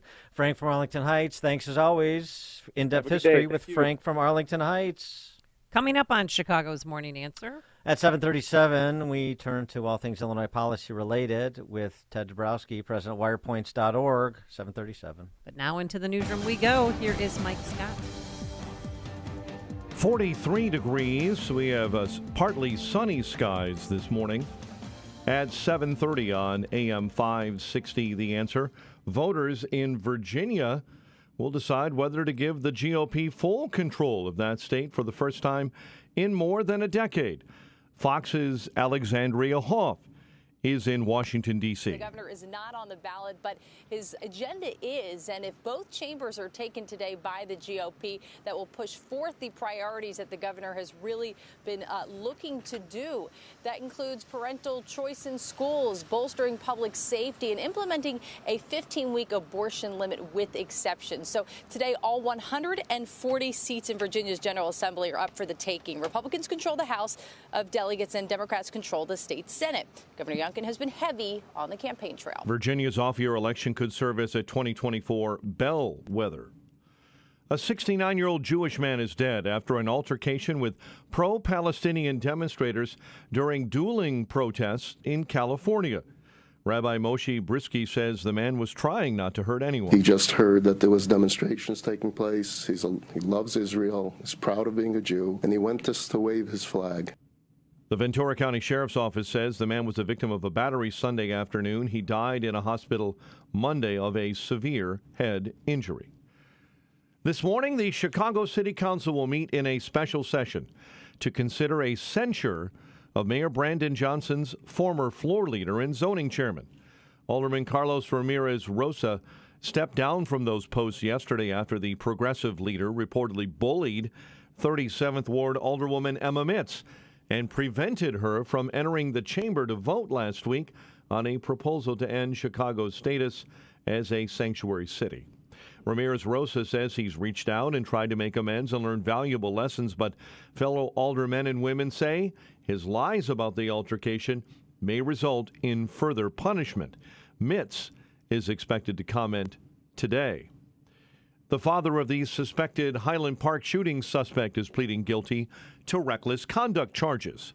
Robert Cremo Jr. was ordered to serve 60 days in jail after entering the guilty plea yesterday. Robert Cremo III stands accused of killing 7 and wounding dozens more at a Highland Park parade July 4th of last year. Chicago sports. Bulls beat Utah. College hoops last night. Wins on the hardwood for Illinois and Northwestern. The news a service of Turnkey.pro. With decades of C-suite experience, Turnkey knows small business. Their team of veteran consultants know how to reduce costs and grow new revenue streams, all without having to hire on-site professionals. Turnkey has solutions for your business. Visit Turnkey.pro, Turnkey.pro. A check of traffic and weather is coming up next on AM 560. Freedom Summit Chicago tickets are now on sale. Join AM 560, The Answer, on November 11th at the Westin Chicago Northwest for Freedom Summit, featuring Rand Paul, Judge Janine Pirro from Fox News, Dan Proft, Amy Jacobson, Sean Thompson, and many more. Tickets are on sale now at freedomsummitchicago.com. That's freedomsummitchicago.com. Sponsored in part by Lil's Dietary Shop, Blue Star Security, and by Hope Wins 7. It's Reveille. After 6 weeks, the UAW strike is finally over. Did anyone really notice or care how it all ended? Well, Illinoisans should care, as it appears Illinois taxpayers were party to the contract negotiations to settle the strike for Stellantis. Crain's Chicago Business reported UAW President Shawn Fain made Saving Belvedere a rallying cry in the negotiations with Stellantis. We fought like hell to bring product back to this plant. Not only have we saved Belvedere, Mr. Fain said, we've shown that these companies can reopen plants if we unite and fight to force them to. Stellantis reportedly plans to spend nearly $5 billion to expand its Belvedere operations for electric vehicle and battery manufacturing. These investments were part of briefing materials provided by the UAW to its members as they prepare to vote on a new contract. That's all fine. If Stellantis wants to bet on the EV market, they can do so. But there's more to the story. Crain's also reported the state hasn't yet said how much it's offering in incentives to Stellantis, but the total is expected to be significantly higher than the $536 million package given to Goshen High Tech to build a $2 billion battery assembly facility in Manteno. Now do you get it? There would be no deal between Stellantis and the union, and no opening of this plant if taxpayers weren't providing massive subsidies to cover the cost. The UAW contract includes 25% pay raises over the next 4 years. Is the state promising the same to you? Last year, Stellantis, a multinational corporation headquartered in Amsterdam, made nearly $18 billion in profit. We shouldn't be paying for their labor contracts. Call your state legislator and tell them to stop these crony union and corporate handouts. I'm Jeannie Ives. To learn more, tune into my radio show on Sundays from 7 to 9 p.m. and sign up for my newsletter at breakthrough-ideas.com. That's breakthrough-ideas.com. You've heard me talk about my love of coffee over and over again. I'm here to tell you I have discovered one of the best brews I've ever tasted, and a company that I cannot wait to support. I'm here to tell you about Bone Frog Coffee. The Bone Frog is a sacred symbol in the SEAL teams. It honors those that gave the ultimate sacrifice, their lives. Bone Frog was founded by Tim Crook Shank, a former Navy SEAL and 25-year Navy veteran. Bone Frog honors the fallen, those who gave everything for our freedoms and our American way of life, by giving 10% of all the proceeds to benefit many of the U.S. Navy SEAL foundations. Here's what I need you to do. Go to bonefrogcoffee.com/liberty. Get 10% off your first order. You will also get 15% off Bone Frog Coffee subscriptions. Just enter Liberty at checkout. Go to bonefrogcoffee.com/liberty. That's bonefrogcoffee.com/liberty. Taste one of the best brews you ever tasted. 10% of the proceeds go to benefit the Navy SEALs. You'll feel good. It's an American company. Go to bonefrogcoffee.com/liberty. Exergen thermometers are a top choice of medical professionals at highly ranked hospitals across the U.S. Accuracy matters, so make Exergen the chosen thermometer for your home and family. 7:37. Let's check the roads. Team Hochberg Traffic Center time. Starting on the Edens, where it's a hefty 51 minutes from Lake Cook Road to the junction. The Kennedy is approaching 2 hours from O'Hare into the Burns Circle interchange. Delays on the Ike with a disabled vehicle blocking a left-hand lane inbound near Cicero. Stevenson at an hour 14 from 355 into DuSable Lakeshore Drive, and the Dan Ryan 35 95th into the Burns Circle interchange. Chicago's Morning Answer with Dan and Amy continues next. AM 560 Weather Center forecast. Mostly cloudy, although we'll see a little bit of sun this morning. Cloudy for much of the day. Cooler and highs in the lower 50s. A chance of showers after midnight. Near steady temps in the upper 40s overnight. It's 43 right now. Next news coming up at 8. Chicago's Morning Answer continues next on AM 560 The Answer. Now, from the Signature Bank Studios, this is Chicago's Morning Answer with Dan Proft and Amy Jacobson. Insert Democrat socialist here. Runs the Democratic House floor for 30 plus years running. He's promising this and he's stealing that. Where can you get that kind of money? He's using your house like his own piggy bank. You ought to know by now. You can pay off your house here in Illinois, but you can never keep up with the taxes. Oh, how it's always been the plan to have a taxpayer pay, no doubt. Not a matter of if anymore, but when you're moving out. I said when you're moving Top of the out. morning, Dan and Amy. That theme music means it's time for our weekly confab with Ted Dabrowski, President of WirePoints, wirepoints.org, all things Illinois policy related. You know, I raised this issue on Friday during our open mic segment, and then I posted about it over the weekend. I was fascinated by the responses on Twitter from those who disagree with my position. I'm talking about this new time off ordinance that's making its way through the Chicago City Council to BLM Brandon's desk, where it will be signed into effect. There's an op-ed in Crane Chicago Business, the anti-business business rag. 121 restaurateurs signed the op-ed. The 121 restaurateurs who signed this op-ed have invested in the city of Chicago financially and emotionally over many years. We have created jobs, helped define neighborhoods, increased the city's tax revenue, and given this great city a world-class reputation for food and hospitality. We built homes, raised our kids, served as Chicago ambassadors to travelers from around the world. Our industry has been under siege for almost 4 years. Hundreds of Chicago restaurants closed during the pandemic. We're now fighting rising food and supply prices, shipping delays, guests afraid of crime and COVID, and the worst inflation in 50 years.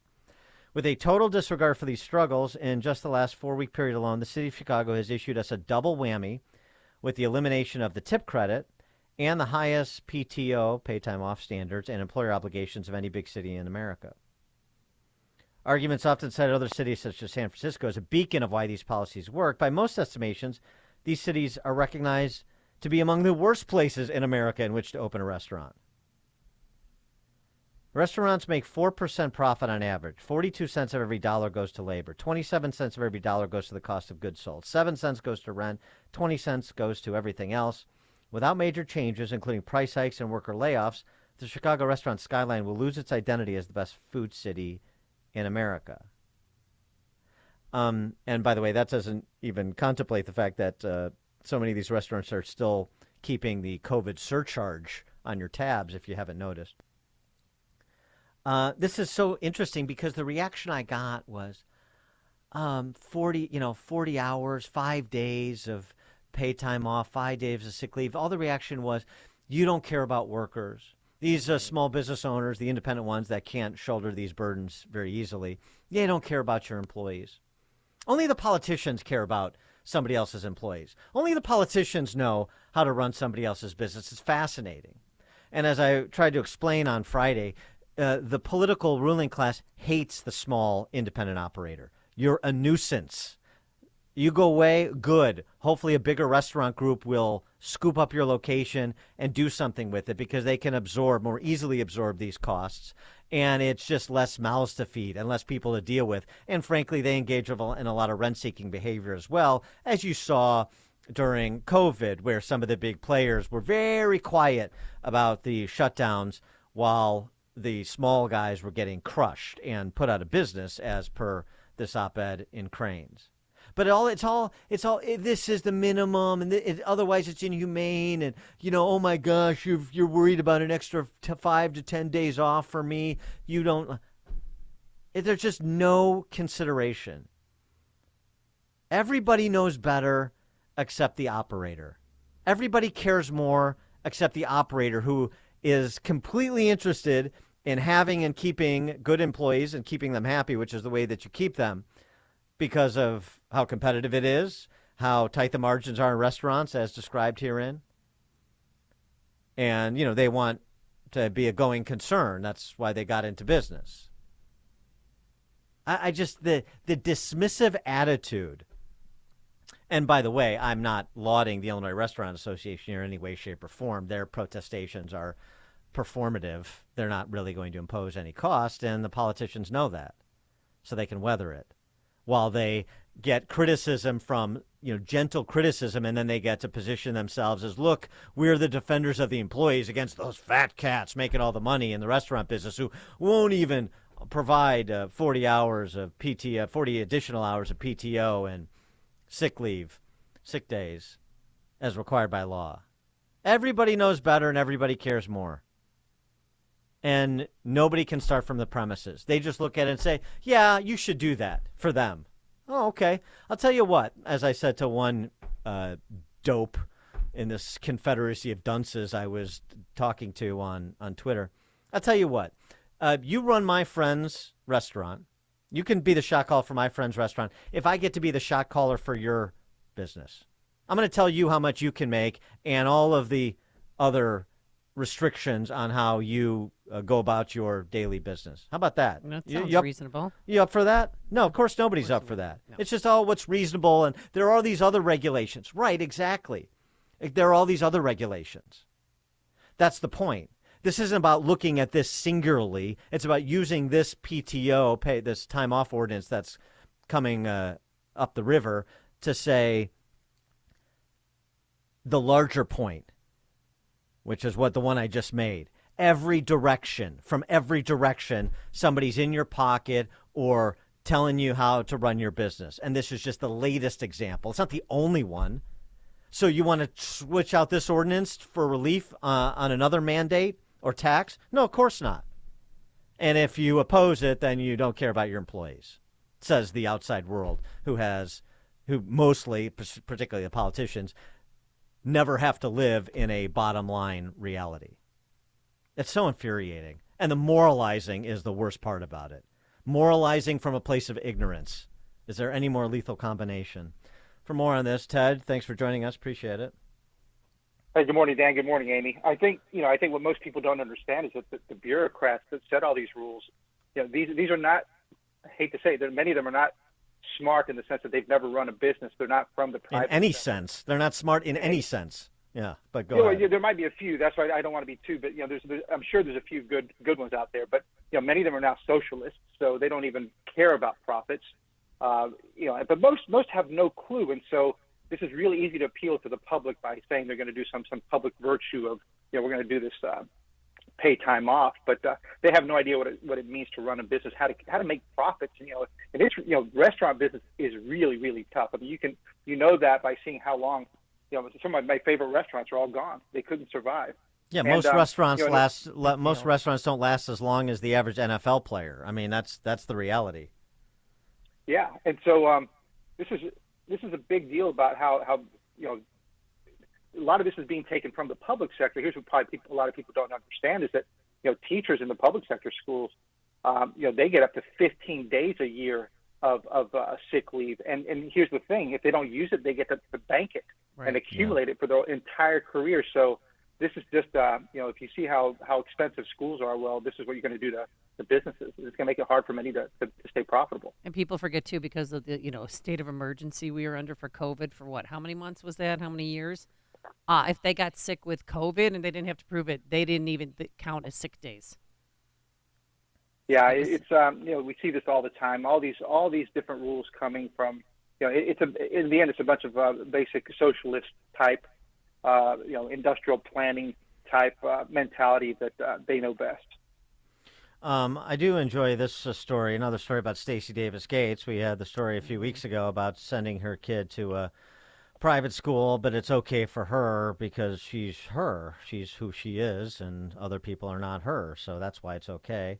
And now we find that she has a homestead deduction for her home in South Bend, where apparently she had a driver's license when she was stopped for a traffic violation, but yet she's registered to vote in Illinois as of 2014. I'm a little bit confused, but I'm going to go where she has the homestead exemption, because she doesn't have it on her property in Illinois. She has it on her property in South Bend. So that makes her an Indiana resident, which means she is no longer, under the Proft rule, she is no longer able to comment on anything that happens in Chicago or Illinois because she's not a resident. Yeah, well, Dan, as long as you're commenting, she gets to. I don't know. Yeah, right. Yeah, this is just again, rules for thee, but not for me. This is a typical example of that. She's gonna play the system. They all do. So I've got nothing to say. It's not surprising. Every time we hear these kind of things, it's just par for the course for Chicago. And she's that perfect example. Starting with the school example, sending your kid to a private school after everything she said about private schools.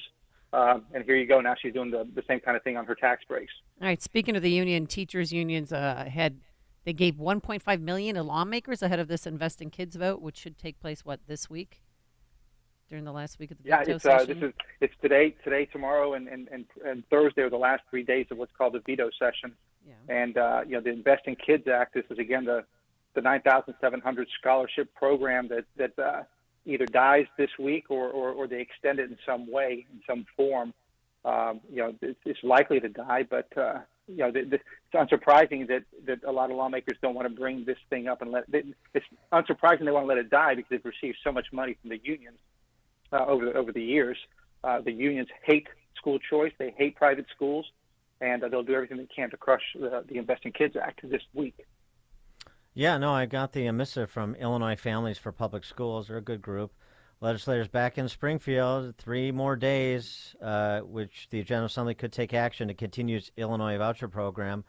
Let's make sure you call them to make sure that it sunsets. Make the call to sunset that voucher program. You don't want those 10,000 kids, mostly minority kids from lower income families, to have access to better schools. I mean, could you imagine how damaging that will continue to be to government schools? Maybe that's why those 10,000 kids in private schools, thanks to the tax credit scholarship, that's why the public schools are performing so poorly in Chicago and really throughout the rest of the state, per the report card. We need those 10,000 kids back in the government schools, and everything will be okay. Yeah, I mean, we've talked about how bad the results are at the public schools, but something that Dan, you and I talked the other day, and we published it this morning just to make sure everybody's clear how much we're spending for that failure. So, at CPS, we've talked about the all-in cost when you add up everything. It's $30,000 per kid. Oh my gosh. It's 29 something, so almost 30,000. But at the Illinois level, across all the schools, our total spending has jumped up to about $45 billion a year, and that's 24,000. That's the all-in cost. You'll usually hear a much lower number. That's the amount spent on operating. They like to, and we've fallen into the trap of playing the smaller number, like 18,000 and stuff like that. No, it's 24,000 a kid, and that's again another reason just to continue the Invest in Kids Act and school choice. We're spending so much money, the second highest property taxes, and yet most of these kids can't read and do math. So it's amazing how much we're spending now. It's really understanding why everybody's property taxes are so high right now. So what about just on another topic too, we talked the other day about the number of vacancies, something like 5,000 classrooms are vacant in Chicago public school system, and so that's be great places to set up makeshift accommodations for migrants so we can keep the buses rolling and the planes flying, and welcoming all the individuals from wherever they hail. And then but I mean, Jonathan Jackson, I thought, had a point, the congresshuman, that Illinois is a sanctuary state, not a sanctuary city. Chicago's a city, Illinois is a state. They're both sanctuaries. So let's start repurposing field houses in the collar counties. Let's, make sure that the collar counties are given equal opportunity, in the interest of equity, equal opportunity to live their values as well. I mean, I would hate for Naperville and Hinsdale and Lombard and Glen Ellen to miss out on this. Right. I mean, there's all kinds of places that people could be put. You guys did the paper you're involved, the Chicago City Wire, wrote about that. I guess that was yesterday. All these empty schools, right? There's all kinds of empty facilities everywhere. It's more like the Babylon Bee piece where let's just move all the immigrants into these schools. What is it? Manly High School, whichever. Yeah, Manly High School is 5% in Chicago, 5% utilized. There's a lot of space there. Same thing for Douglas High School, 5% uplift, only 8% full. You could put a lot of people in there. The heat's already on, the water's running, so those places are ready. And they're staffed. Yeah, they got janitors, et cetera. So now, of course, I had a hard time. I wanted to write that piece, but I had a hard time because I don't want people to think we have to be careful that whatever we do perpetuates the problem and actually invites more immigrants. And again, we're pro-immigrant in the right way, but certainly the easier we make it for these thousands and tens of thousands and probably hundreds of thousands of immigrants, the easier we make it for them to come here, the more will come, and that's precisely the problem. So, but yeah, it would be for good measure to have all these places that have their hate has no home here to house a lot of these immigrants too. Ted Dabrowski, President WirePoints, wirepoints.org, all things Illinois policy related. Thanks, Ted. Thank you, guys.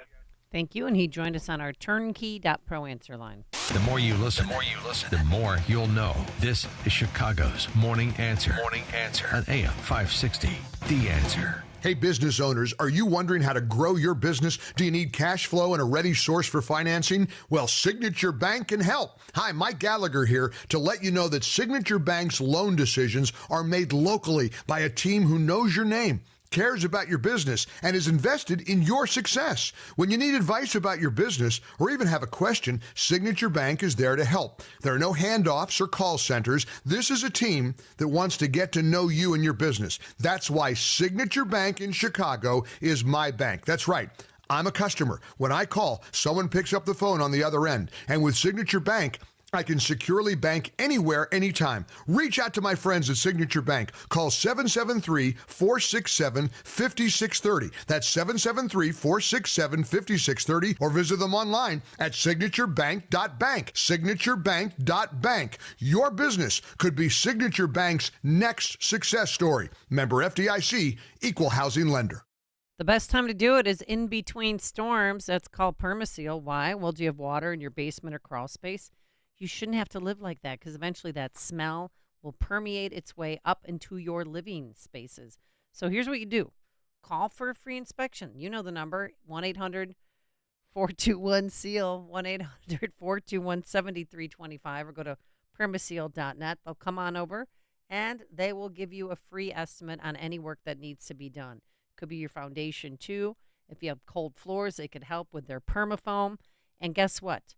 You should schedule your free inspection and take advantage of Permaseal's November promotion, which is $100 off any new estimate for permafoam. 800-421-SEAL, 800-421-7325, or visit permaseal.net. The following is a paid political announcement. Valparaiso is a growing community that has become a model city for the Midwest. Valparaiso has momentum, and Matt Murphy wants to make sure we keep moving forward. Over the past 4 years, we have prioritized public safety by adding additional police officers, firefighters, and school resource officers, and decreased crime by 11%. Now, Matt Murphy is running for Valparaiso City Council to keep our city on the right track. We've invested in our infrastructure by paving more than 30 miles of roads. We engaged the next generation by creating the Mayor's Youth Council. We've increased our rainy day fund, improved government transparency by live streaming our meetings, and kept property taxes low. As a conservative leader, Matt Murphy will work to keep Valpo a strong and thriving community. We've done a lot, but the work isn't done. Valpo's on the right track, and we need your help to keep conservatives on the City Council. I'm Matt Murphy, and I'm asking for your vote on or before November 7th. Paid for by the committee to elect Matt Murphy. It seems like everyone is on a complicated diet these days. Gluten-free, keto, metabolic, sugar-free.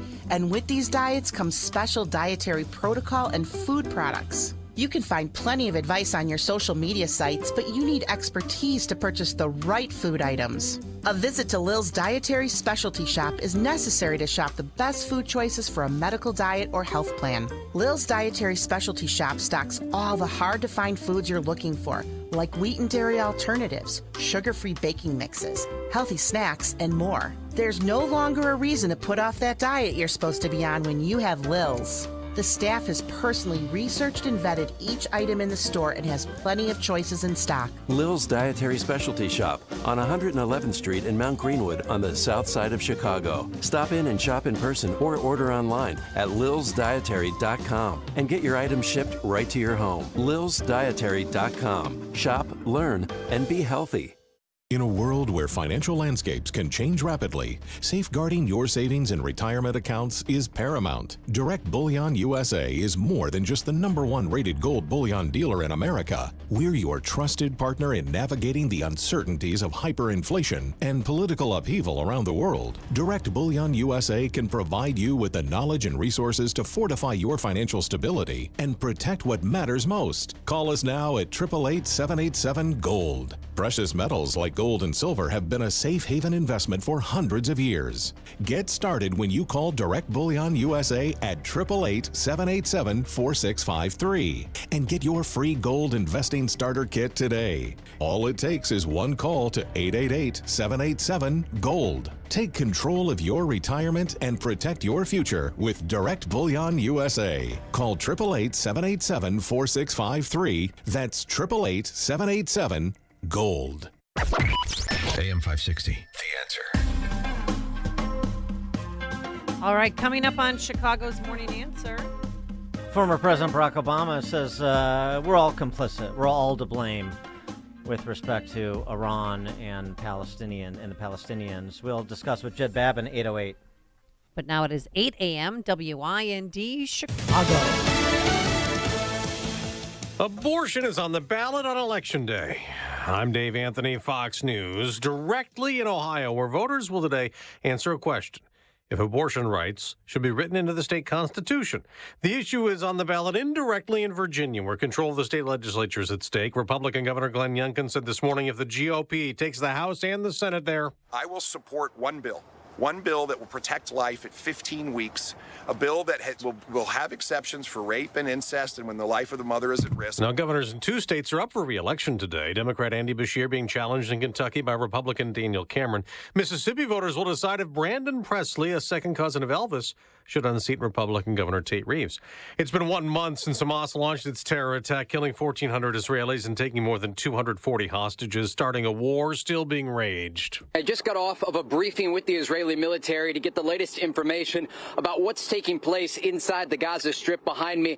We understand that Israeli forces are engaged in battles with Hamas militants. They say overnight they destroyed a command center where there were anti-tank guided missiles and other weapons. Fox's Trey Yingst near the border. Israel's prime minister says he will consider brief pauses in fighting to get more humanitarian aid into Gaza. Now, this war has led to protests here in the U.S., and one of the demonstrations in California got violent. The death of 69-year-old Paul Kessler officially ruled a homicide. Now prosecutors say they have not yet ruled out pursuing this case as a hate crime.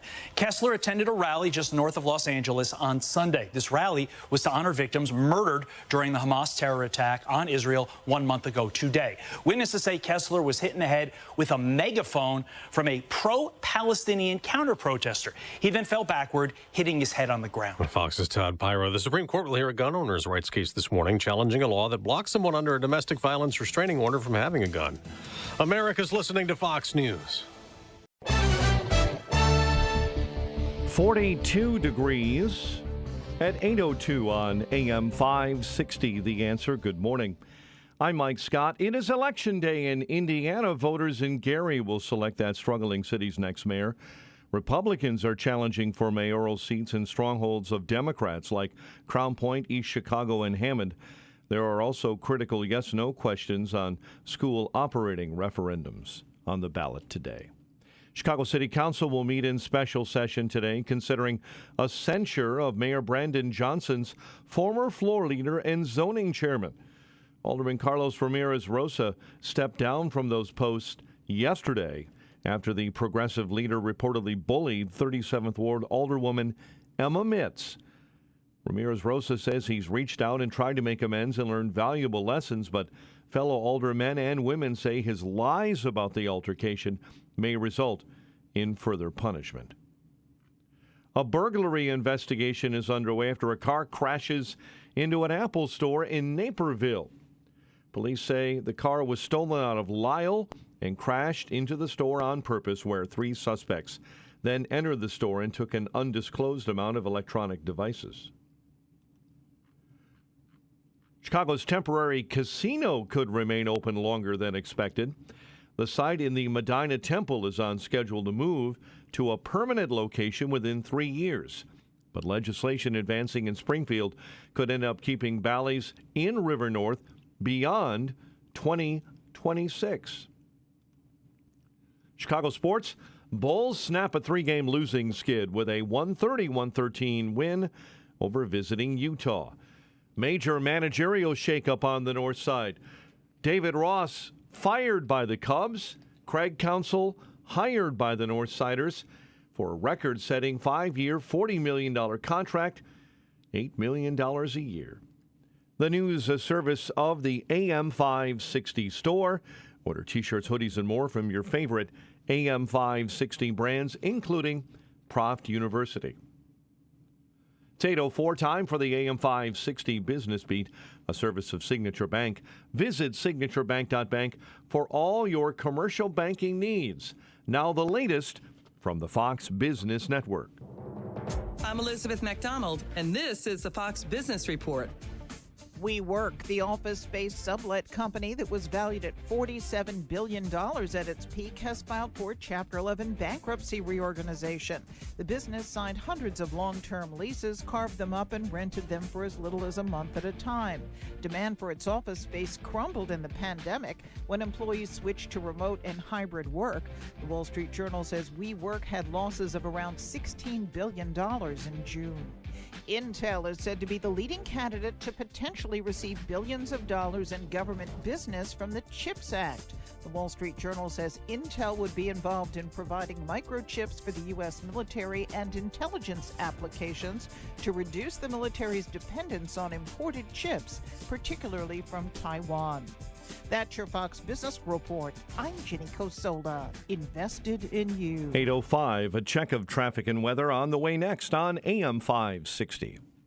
Freedom Summit Chicago tickets are now on sale. Join AM 560, The Answer, on November 11th at the Westin Chicago Northwest for Freedom Summit, featuring Rand Paul, Judge Janine Pirro from Fox News, Dan Proft, Amy Jacobson, Sean Thompson, and many more. Tickets are on sale now at freedomsummitchicago.com. That's freedomsummitchicago.com. Sponsored in part by St. John's Lutheran School in Lombard. Tom Miraboli, independent insurance agent with Blue Cross and Blue Shield of Illinois. And by overheaddoorchicago.com. BMO Harris Bank N.A. seeks director, PM Data Sciences, to support line of business and treasury partners on retail and commercial customer behavior. Position is a telecommuting position and can be performed from anywhere in the U.S. Requires a master's degree or foreign education equivalent in statistics, mathematics, engineering, economics, economics, mathematical finance, or a related field, plus 7 years of experience performing statistical modeling with large data sets. Salary, $182,500 to $228,000 per year. The base salary range represents BMO's salary range for this position. To apply, visit jobs.bmo.com/US/EN. The job ID is R230016465. That's jobs.bmo.com/US/EN. The job ID is R230016465. It happens every year. Winter. Delivering and receiving supplies and getting people where they need to go can be impossible. Keeping your business doors and gates working properly to keep out the extreme weather is a major concern. Your business can't afford a loss of income or productivity. Think ahead this winter and call Industrial Door Company of Chicago, Inc. for your commercial door maintenance and security tune-up now. You can't always plan when your doors break down, and it always seems to come at the least convenient time. Industrial Door Company will ensure your doors, grills, gates, and dock equipment are working to specification and give you advice on how to increase the life of your doors. Go online to see a range of products and services at industrialdoor.com. Call anytime, 847-258-5620. Their team will be there before the extreme cold weather causes financial losses for your company and assist in your time of need. Since 1982, the Industrial Door Company of Chicago, Inc. takes care of your doors so you can take care of business. Pure Talk, America's wireless company, is on a mission to alleviate $10 million in military debt by Veterans Day, but they're going to need your help. Now, Pure Talk will donate a percentage of every new order to this great cause. When you make the switch, they make it simple, fast, and easy to their super fast 5G network. Talk, text, plenty of data now, only at $20 a month. Do it right now. Dial pound 250. Say the keyword SAVE NOW. Make the switch to Pure Talk, and you can help a military member in need. Hi, I'm Martha Stewart.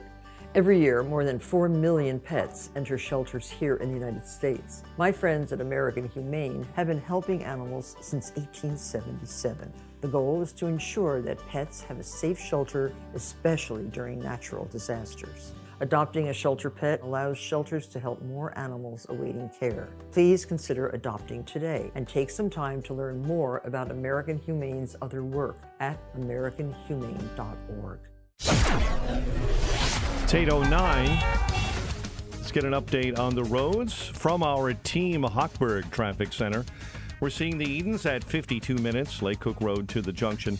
The Kennedy right now is at 90 minutes from O'Hare to the Burns Circle interchange. Stevenson right now slam solid inbound, First Avenue to Western. Dan Ryan 37 minutes from 95th into the Burns Circle interchange. Much of that due to an earlier accident just after the I-57 Bishop Ford merge. Chicago's Morning Answer with Dan and Amy continues next. AM 560 Weather Center forecast with Steve Williams. A bit of sunshine to start things off. Clouds move in later, high 55. Cloudy with occasional rain and drizzle late tonight, low 48. Clouds with occasional rain tomorrow, the high 58. And then partly sunny on Thursday, the high 54. I'm Steve Williams on AM 560, The Answer. 42 at O'Hare. Next news coming up at 8:30. Chicago's Morning Answer continues next on AM 560, The Answer. This hourly segment is brought to you by Papa Nicholas Coffee. Papa Nicholas, great coffee, period. Roasted fresh daily in Batavia, Illinois. Now, from the Signature Bank Studios. This is Chicago's Morning Answer with Dan Proft and Amy Jacobson on AM 560. The Answer.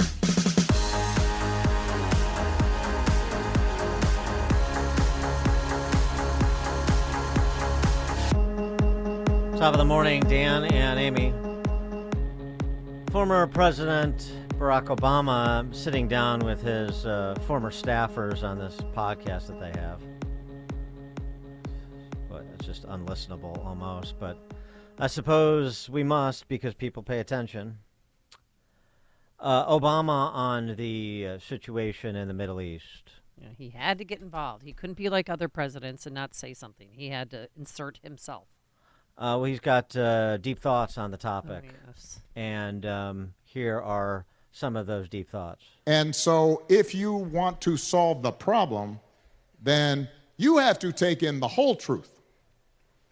And you then have to admit nobody's hands are clean, that all of us are complicit to some degree. I look at this and I think back, what could I have done during my presidency to move this forward as hard as I tried? I've got the scars to prove it. But there's a part of me that's still saying, well, was there something else I could have done? That's the conversation we should be having. Not just looking backwards, but looking forward. And that can't happen if we are confining ourselves to our outrage.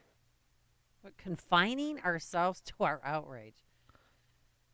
Gosh, is there anything else Barack Obama could have done when he was president for 8 years other than what he did? Well, I don't know. I mean, there are things he could have not done, like send $2 billion in cash on a midnight plane to Tehran, free up about another $100 billion in assets for the largest state-sponsored terror in the world. He could have not done that. He could have not drawn a red line in Syria that he was unable to defend.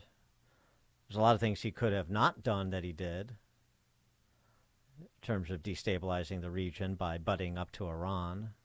I mean, it's just for starters. You know, if we're going to get into the whole truth business. For more on this and these geopolitical matters, we're pleased to be joined by our friend Jed Babin. We haven't talked to Jed in a while. Former United States Deputy Undersecretary of Defense, contributor to the Washington Times and the American Spectator. Jed, thanks for joining us. Appreciate it. Well, my pleasure. Anything else the president? I mean, you know, he's got the scars to prove all that he tried to do to bring peace to the Middle East. We mentioned a couple of things perhaps he should not have done, but anything else on your hit list since he's in this reflective mode? Well, I mean, he could not have gone to Cairo to give that speech in which he proclaimed that Islam has always been a part of the history of the United States. Going back to 1794, thereabouts. Islam was a part of the history of the United States. We had to go back and to war with the Barbary pirates because they were raiding American ships. Yeah, TJ, Yeah, TJ, I think it was 1803, rather. Yeah, TJ went over there, and, he ordered the first American fleet to be sent to chastise the Barbary pirates, and they did. Well, he didn't recognize at the time, Thomas Jefferson, what Barack Obama recognized, which is that Islamo-fascists are just friends we haven't made yet. And if we could get some of these young men that are members of ISIS and Al-Qaeda, Hamas, if we get them jobs, then everything would be hunky-dory. Well, everything's going to be hunky-dory because a lot of those people are coming into the United States over Biden's open southern border, and Lord only knows the next terrorist attack against the United States, against us here, is on Biden's shoulders altogether. So, I think Obama once said that never underestimate Biden's power to F things up. And, I think he was right in that, if nothing else. Well, I mean, there's some professional courtesies there. I mean, Obama, as we were just describing, had plenty of hand in messing things up here. So with respect to what the administration is doing and Republicans on the Hill, what is your view? The separating of the aid to Israel, is that the right play? The argument that Mitch McConnell is making, among some other Republicans, for a comprehensive aid package that contemplates Israel, that contemplates Ukraine, that contemplates Taiwan, that contemplates our border. What's your view? Well, I think the question of a longer-term policy, which embraces Taiwan and Ukraine and Israel, that's for another day. I think what Speaker Johnson is doing is exactly the right thing, splitting off the Israeli aid and trying to get that through on its own, because he's protecting his flanks. He's not making rookie errors. He's not trying to say, well, we have to have Ukraine aid too, because there's enough people in his caucus who are not in favor of Ukraine aid at all. And what he's doing is also putting the pressure on Biden and trying to get Biden to have to say, well, as he's already said, Biden has already said he'd veto an Israeli aid bill standing alone. I don't think he'd have the guts to do that. And I don't think the American people, certainly the Democratic Party, would not appreciate that. What's your view in terms of the cultural response so far? I mean, because the cultural response is partly a national security issue. I mean, certainly it's a domestic security issue when you have a Jewish gentleman murdered. The ruling was homicide, murdered at a pro-Palestinian rally in Los Angeles. You had a woman drive her car in Indiana into a school she thought to be a Jewish school. I mean, we seem to be revisiting some of our post 9/11 problems. Well, I think we are, and it's very clear. It's worse than the response to 9/11 in many respects, because America is not united. It's divided, and it's divided along pro-Palestinian and pro-Israeli lines. The anti-Semitism that's coming out among so many parts of the population right now is simply amazing to me. I mean, it's identifying with the terrorists. It's like Biden saying, well, we need a two-state solution, right? Okay, well, that denies the very fact that the Palestinians want to destroy Israel, not compromise with it. So there's a lot of evil going on. The Democrats are choosing evil right now. And there's a lot of people like Tlaib and Ilhan Omar and the rest of those idiots who are really propounding anti-Semitism and not really looking to the interests of the United States, not at all looking to the interests of the United States. Do you think it's going to affect Biden's reelection? I mean, you had Rashida Tlaib saying, we're not going to vote for you, and there's so many Palestinian Americans who are like, I'm done with Biden. But who are they going to turn to? I don't think they're going to turn to Trump. They're certainly not going to do that. And I think more importantly, a larger segment of the population, the Jewish people, are not going to give up on Biden because they've been voting for Democrats since Franklin Roosevelt, and they're pretty much enthralled to the Democratic Party. So it's just not going to be a good thing for the Republicans, and it should be. It could be. But right now, the Republicans can't seem to get out of their own way. Yeah, I mean, you're right just in terms of the times. I mean, but it harkens back to that comment that Andrew Sullivan made a few years ago that we all live on a college campus now.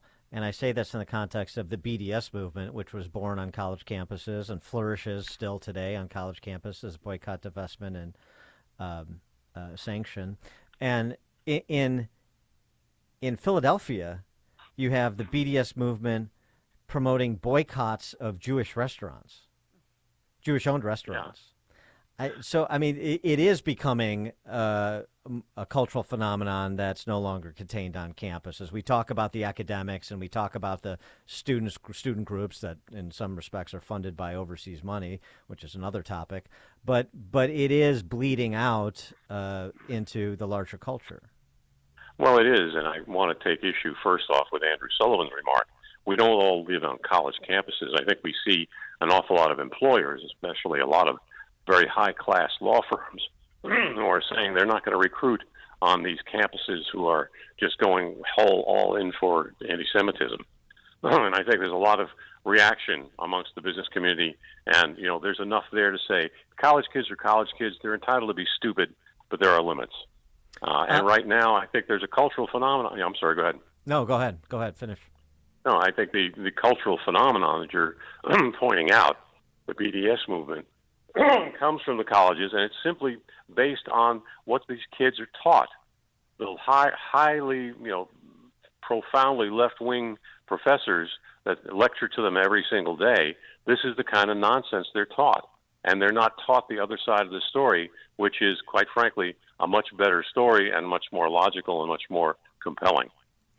So where are you on the support for Ukraine? Is the proposition that's been argued by those on the right who favor continued support at the levels that have been proposed, so the next 65-odd billion, look, even if we're providing this level of funding for the next 5 to 10 years, it is a small price to pay to continue to impose real damage on Putin's army and disrupt this burgeoning Russia, Iran, China alliance. Is that your view, or should we start to be more skeptical of what our prospects are and what Ukraine's prospects are for repelling the Russians?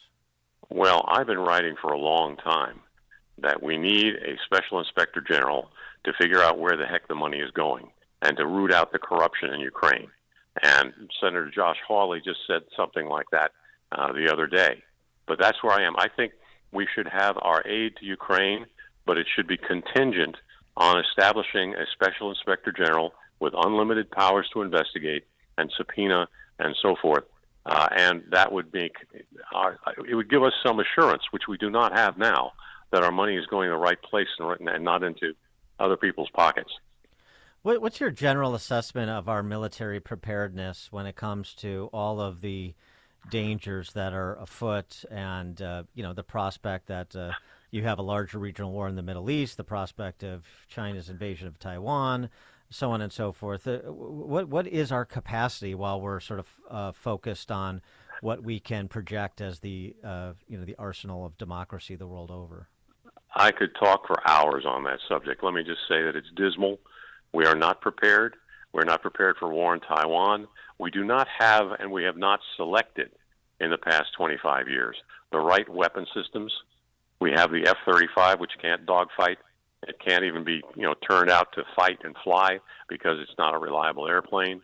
We've got the Stryker armored vehicle, which is not proof against RPGs, rocket-propelled grenades. And I sat 10, 15 years ago with the Army general who was the manager of the program, and I said, why the hell isn't this proof against RPGs? And, oh, well, we're not going to send it anywhere where RPGs exist. Well, okay, RPGs are a fashion accessory in the Middle East. We have not made good decisions in procurement. We have not made good decisions in recruitment.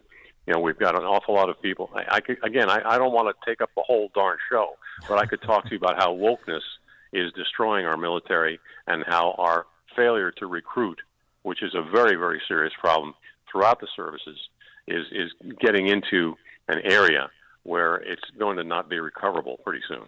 Well, 25 years, so that spans many administrations, Republican and Democrat. So how did we get so far afield in terms of the weapon systems and making the right investments and procuring the right resources and so forth? I mean, just like groupthink, institutional inertia in the wrong direction. What's going on? All of the above, plus a lot of people who are not thinking like warriors think. You need to think when you're buying something. You don't need to think about, oh, well, is this really going to look cool? Or is it what the warrior really needs? Is it going to make the force? The only questions that the procurement people need to answer and military commanders need to answer, the only question is, does this improve lethality and readiness? That's the only questions that are relevant in terms of readiness and in terms of what we need to be doing with our military. Those are the only questions a military commander needs to answer to himself. And if he answers anything else, it's irrelevant. And we haven't been asking those questions with we have not. With focus? We have not. We have not been asking what the warrior needs. We have not been asking what the lethality and readiness is going to be benefited by or reduced by. Those are the questions that have not been answered probably for 30 years. So is that the fault of the Pentagon, the fault of defense contractors, a combination? I mean, who's calling the shots here? All of the above. Look, the Pentagon always wants something that's faster and cheaper. And the defense contractors always say, we'll get it to you faster and cheaper no matter how long it takes or how much it costs. Right. Yeah. Okay. Well, but I mean, that's, this is something that has bubbled up to the surface, particularly the recruitment issue. So I think people are more generally aware of it, not to the level of detail that you have, but that also, speaks to even more concern about what we're spending and where our focus is when what you're describing is the reality about our preparedness. Well, I mean, that's really the fact that we don't have people addressing this. I mean, back in the Reagan days, and yes, I'm an old guy, I remember that, we had a process called defense guidance. And what defense guidance did was to take the most recent and best intelligence we had and to look at what the capabilities were of our armed forces to meet the threats. And you develop a budget, a military budget, from the difference. You need to retire what needs to be retired. You need to buy what's new, what's needed by the warrior, and everything else fell by the wayside. Right But now, we don't have that process. But isn't that what DARPA's for? No. My friends at DARPA, the wild-eyed, crazy-haired scientists, they do a lot of things from their imagination, and God bless them, because they come up with a lot of weird stuff. I mean, this year they developed what they call a warp bubble, which, contrary to Einsteinian physics, apparently will allow travel at a speed greater than the speed of light. But these guys, they use their imagination. We have planners, military planners who are supposed to be doing this, military budgeteers who are supposed to be figuring all this out, but they're not doing their job. They haven't for 30 years, and it's going to be, well, it already is a very critical problem in our military because we don't have the resources we need. We don't have the objects to fight that we need, and we certainly don't have the people we need. Sobering. Jed Babin, former U.S. Deputy Undersecretary of Defense, contributor to the Washington Times and the American Spectator. Jed, thanks as always. Appreciate it. Well, sorry to be depressing, but that's if you want good news, call somebody else, man. I understand. We love your candor. And he joined us on our turnkey.pro answer line. It's like a hot, steaming cup of information to start your day. It's Chicago's Morning Answer on AM 560. The Answer. When you get aggravated and the news has you down, when the reality of Americanism being subverted by traitors, enemies, both foreign and domestic, get to you, I go to 120 Life because 120 Life has found the key naturally to controlling your blood pressure. They're a Chicago-based company, and they're doing something about Big Pharma having a monopoly on blood pressure. You see, naturally, you can control your blood pressure. 120 Life has made the best natural ingredients available to you in one drink. Pomegranate, tart cherries, cranberries, hibiscus, beetroot, and magnesium. All a natural way to lower your blood pressure. That's what's nice about it. It comes in an 8-ounce bottle. You can mix and match smoothies, out of the bottle, whatever you prefer. Visit 120life.com. That's 120life.com. You can order a 2-week trial pack. Using promo code Liberty, you save 15%, and it comes with a money-back guarantee. Visit 120life.com. That's 120life.com. That's 120life. What's for dinner? Burgers? After last week, no thanks. Avoiding foods due to fear of diarrhea, gas, bloating, stomach pain, or loose, oily stools? It may not be just stomach issues. It could be EPI, or exocrine pancreatic insufficiency. EPI can cause uncomfortable symptoms because it's a condition where the pancreas doesn't release enough digestive enzymes to break down food. But EPI can be managed. Use the symptom checker on identifyepi.com and talk to your doctor about your symptoms. That's identifyepi.com. Sponsored by AbbVie. This holiday season, Capital One reminds you to give yourself the gift of 1.5% cash back with the Capital One Quicksilver Card. Can I earn 1.5% cash back on birds? Birds? What if you sent your true love 2 turtle doves plus a partridge in a pear tree? Sure, but why would anyone want that? The song was very convincing. Earn 1.5% cash back on all your holiday purchases with the Capital One Quicksilver Card. What's in your wallet? Terms apply. See CapitalOne.com for details. When you're in the market to buy or sell a home, commercial property, or even vacant land, let attorney Susan J. Kim step in. She's reliable, responsive, personable, and extremely thorough when helping you deal with an otherwise stressful transaction. Attorney Kim leads with her values and is committed to providing legal services with excellence. To contact Attorney Kim, visit sjkimlaw.com. That's sjkimlaw.com. Whether it's drafting agreements, negotiating contract terms, or closing on a property, Attorney Susan J. Kim can do it all. Over 10 years of experience and her wealth of knowledge tackling complicated legal negotiations and breaking them down into a smooth, easy-to-understand process is what she does best. So let Attorney Susan J. Kim step in. To schedule your legal consultation today, visit sjkimlaw.com. That's sjkimlaw.com or call 847-906-3166. Susan J. Kim, Attorney at Law, is a state of Illinois licensed real estate attorney. This is Hugh Hewitt for townhall.com. The explosion of anti-Semitic violence and rhetoric that we are witnessing in the United States should alert everyone that the ideology of the New Left has embraced history's oldest hatred. In Congress, we have a group of Congress people peddling old anti-Semitic tropes, repeating lies and engaging in the worst sort of yeah, but moral equivalence. We're also seeing mass protests with vile anti-Semitism on the campuses of some of the most prestigious universities in the nation. Faculty members, indeed, have cheered the barbarism. It was exhilarating. It was energetic. The campus culture that permits this and the K-12 education system that did not prevent this ancient evil from taking deep root have got to be changed immediately by donors and then by state and federal law. The Department of Education has an Office of Civil Rights, whereas the announcement of investigation of universities standing by as their Jewish students are assaulted and threatened, and some actually battered. This is not a time to be silent. I'm Hugh Hewitt. AM 560, The Answer. All right, coming up on Chicago's Morning Answer. At 8:38, we'll get to that leaked manifesto from the Nashville school shooter. That's 8:38. But now let's head straight into that newsroom. The one and only Mike Scott. 42 degrees. Temporarily, we're seeing the sunshine, but clouds are expected for much of this day. Good morning, everyone. The Biden administration is reportedly planning to transfer millions of dollars worth of precision bombs to Israel. Fox's Jared Halperin this morning has more from the White House. The administration has informed key lawmakers of a plan to transfer $320 million of Spice Family gliding bomb assemblies, a type of guided weapon fired by warplanes. The Wall Street Journal first reported the agreement and adds the plan also includes support, assembly, testing, and other technology for the use of the bombs. A State Department official would not comment or confirm details.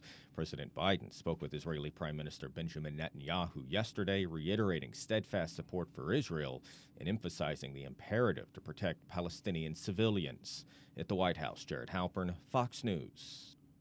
Voters in Virginia are heading to the polls today to decide control of their General Assembly. Virginia Governor Glenn Youngkin says Republicans in his state can't leave any votes behind if they want to hold their majority in the House of Delegates and possibly flip the Senate. Now it's time to put it in the hands of the voters, to ask them to send a team to Richmond that can work with me and not against me. And I think Virginia has so many better days ahead of it. We've had a really good two years, but I think we can have a fantastic next 2 years. The state has had divided government for the last 2 years. Today marks 1 month in the war between Israel and Hamas. According to reports from the scene, more than 11,000 have been killed in total on both sides of the conflict. Israeli Prime Minister Benjamin Netanyahu is rejecting again open calls for a ceasefire, but does say his country is open to little pauses in the fighting. It's a story we'll watch in Washington, D.C. today. The special counsel in the Hunter Biden investigation will testify before House Republicans. Delaware U.S. Attorney David Weiss will take questions from the Judiciary Committee. Daily marijuana use raises the risk of heart failure, according to 2 new important studies presented at the American Heart Association Scientific Sessions in Philadelphia. The AHA also advises people not to smoke or vape any substance, including cannabis, because of potential major heart and lung issues. Chicago City Council will meet in special session today to consider a censure of Mayor Brandon Johnson's former floor leader and zoning chairman. Alderman Carlos Ramirez Rosa stepped down from those posts yesterday after the progressive leader reportedly bullied 37th Ward Alderwoman Emma Mitz and prevented her from entering the chamber last week to vote on a proposal to end Chicago's status as a sanctuary city by sending it to the people, a referendum to vote. 1 man is dead. A Chicago police officer is wounded following a shooting in the South Shore neighborhood. The Bulls snap a 3-game losing skid with a 131-13 win over visiting Utah. College hoops, Fighting Illini opened the basketball season with a win. Same story for Northwestern at Welsh Ryan. The news service of Turnkey.pro. With decades of C-suite experience, Turnkey knows small business. Their team of veteran consultants know how to reduce cost and grow new revenue streams.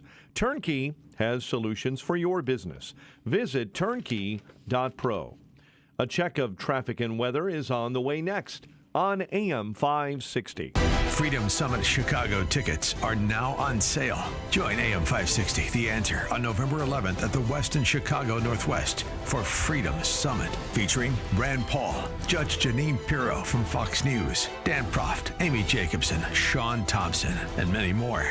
Tickets are on sale now at freedomsummitchicago.com. That's freedomsummitchicago.com. Sponsored in part by Automated Systems Incorporated, HealthInsuranceMentors.com, and by Illinois Concealed Carry Training. Did you know most vitamin supplements have a warning label on the back? That's because without the synergy of thousands of nutrients working together that are found naturally in whole fruits and vegetables, vitamins are not balanced. This is why Balance of Nature only uses whole fruits and vegetables, no isolates or synthetic vitamins of any kind. We take a variety of 31 of the highest quality fruits and vegetables and remove the water without changing the rich chemistry. It's then ground to a powder, blended to perfection, and encapsulated, preserving the nutrients and making it easy to get the fruits and vegetables you need. So even though Balance of Nature comes in a capsule and looks like a vitamin, it's very different. Start your journey to better health with Balance of Nature. Go to balanceofnature.com to get 35% off your first preferred order and get this special offer by using discount code CHICAGO. What's for dinner? Burgers? After last week, no thanks. Avoiding foods due to fear of diarrhea, gas, bloating, stomach pain, or loose, oily stools? It may not be just stomach issues. It could be EPI, or exocrine pancreatic insufficiency. EPI can cause uncomfortable symptoms because it's a condition where the pancreas doesn't release enough digestive enzymes to break down food. But EPI can be managed. Use the symptom checker on identifyepi.com and talk to your doctor about your symptoms. That's identifyepi.com. Sponsored by AbbVie. This holiday season, Capital One reminds you to give yourself the gift of 1.5% cash back with the Capital One Quicksilver Card. Can I earn 1.5% cash back on birds? Birds? What if you sent your true love 2 turtle doves plus a partridge in a pear tree? Sure, but why would anyone want that? The song was very convincing.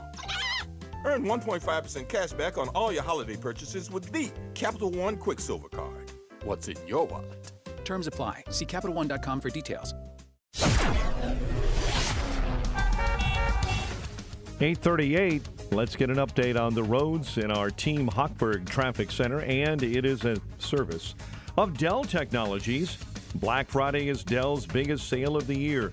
Get limited time deals, free shipping, huge savings on laptops like the XPS 13. Engineered to do it all on the Intel Evo platform. Shop now at Dell.com/deals.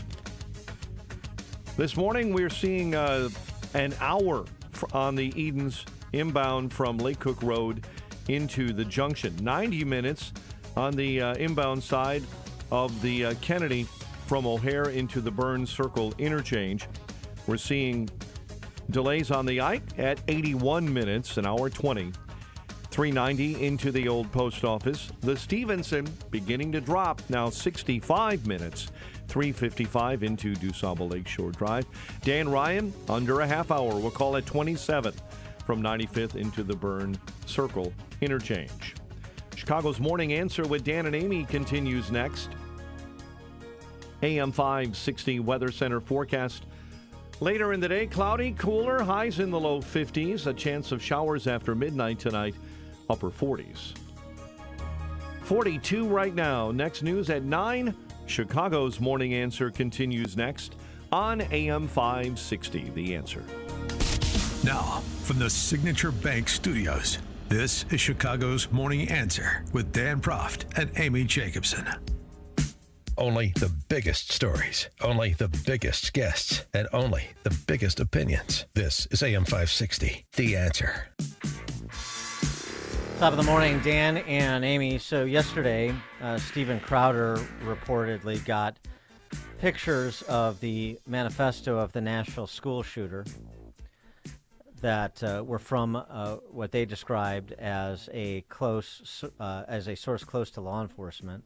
It seemed to be authenticated when Nashville police responded by announcing an investigation into the leak. Oh, yeah. So it was 3 pages of what looked like a diary or writings from a notebook. Yeah, among the writings, this dated February 3rd of 2023. Those crackers go into private the title of the poem, Kill Those Kids. Those crackers going to private fancy schools with those fancy khakis and sports backpacks. Wealth with their they're something daddies, Mustangs, and convertibles. F you, little Yeah. I wish to shoot you, weak-ass D-word, and your mop yellow hair. Want to kill all you little crackers, bunch of little F-word, pejorative for gay, with your white privileges, F you, F-word. Yeah, and she also, I hope I have a high death count. I'm ready. I hope my victims aren't. Right, she identifying as a he, in case anybody had forgotten. Gee, I wonder why National Police didn't want to disclose this to the public. 312-642-5600, turnkey.pro answer line. 64636DA, turnkey.pro text line. Do you think maybe she had this unbelievable right to privacy even after death because of her identity? Because she was transitioning or said she's a he or he's a she, whatever it was? She identifying as a he. So that poem was penned, according to that screenshot, February 3rd of 2023. The school shooting at the Covenant School in Nashville happened about 5 weeks later on March 27th. Three young children, 3 school staff killed before she was shot dead by responding police. And by the way, she also was lying in wait for the police response and opened fire on the police. On Death Day, March 27th, that's what she called it on one page, with a drawing of a target and a pistol, along with the date 3/27/23. The day has finally come. I can't believe it's here. Don't know how I was able to get this far, but here I am. I'm a little nervous, but excited too. Been excited for the past 2 weeks. There were several times I could have been caught, especially back in the summer of 2021. That's how long it had been under contemplation and perhaps planning. None of that matters now. I'm almost an hour and 7 minutes away. God, let my wrath take over my anxiety. It might be 10 minutes tops. It might be 3 to 7. It's going to go quick. And as you said, I hope I have a high death count. She then wrote, "Ready to die, Nana."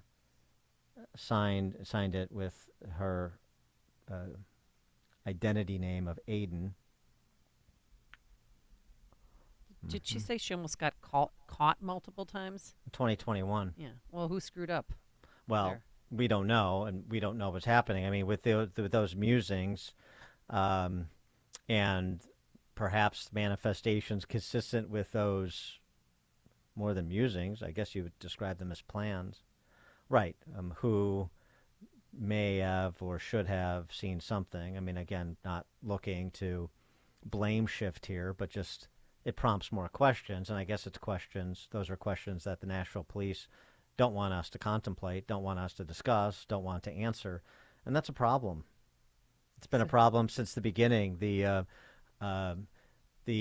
vilification and extrapolation of some murderers based on their sort of political composition, their identity, which goes to their political affiliation.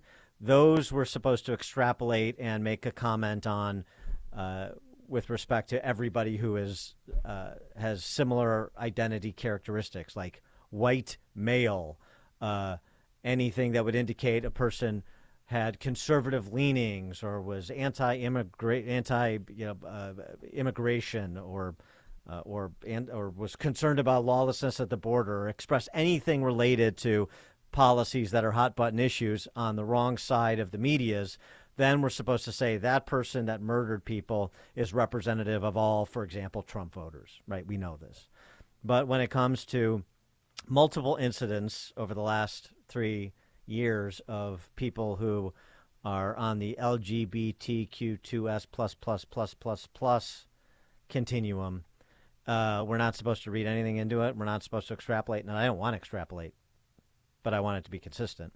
Well, I mean, They've hid this manifesto for 7 months. I want to focus on the specific individual and the specific facts of this case and ask questions and be presented with all relevant information since, as you mentioned, the shooter is dead. There is no trial. Right. So why would you keep this from the public? Because, what, we can't handle it?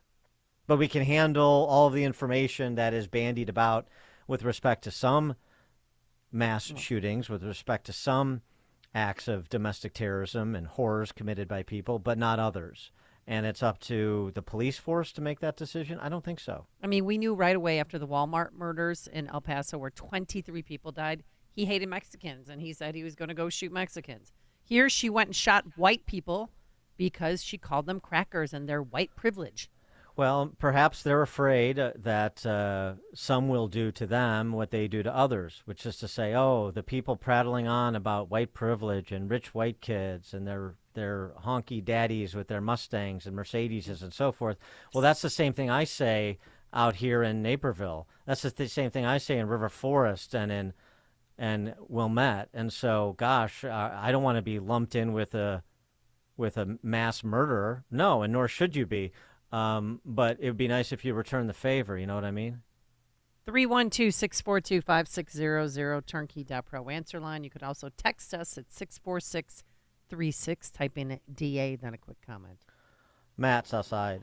Hey, good morning, dear. Good morning, Amy. Real quick, Dan. What's the law as far as manifestos go? Should they be released? And I mean, I get it. I get which ones are released. But why are we even talking about it? You know, like, I feel like we all know the answer. We know why it wasn't released. And for, me, you here to have this conversation, it don't even matter anymore. Same thing like when you guys have a guest on who talks about what's going on with the Trump case. It doesn't even matter anymore. There's no reason to even try to figure out what the law is, if this is unprecedented or whatever. I mean, it just is what it is. And until new politicians are elected, I mean, I love your show, but why are we even talking about this as far as we know the reason? And unless something happens, I don't even know why we have intelligent people on the program talking about this. What president, this is unprecedented. Well, I mean, of course it is. Well, yeah, thanks for the call, Matt. But if we don't have intelligent people talking about it, then we just have dumb people talking about it, and that doesn't help either. And it certainly doesn't advance the flag to get better people in public office making better decisions, does it? So we have to have intelligent people talking about it if we want to have a chance, and we want to equip people with information. We want to have them ask some of the questions that we're asking of people in positions of authority where they live. It's not up to Amy and me to ask every question under the sun of every elected official or every candidate or every person with some authority. I mean, this is a participatory event. This representative republic. So, yeah, in the absence of doing this, what do we have? Only one side talking? That doesn't seem like it's going to work out particularly well. Look how difficult it is when you do have some oracles of information and discussion against the backdrop and under threat of the imposition of the orthodoxy of the day.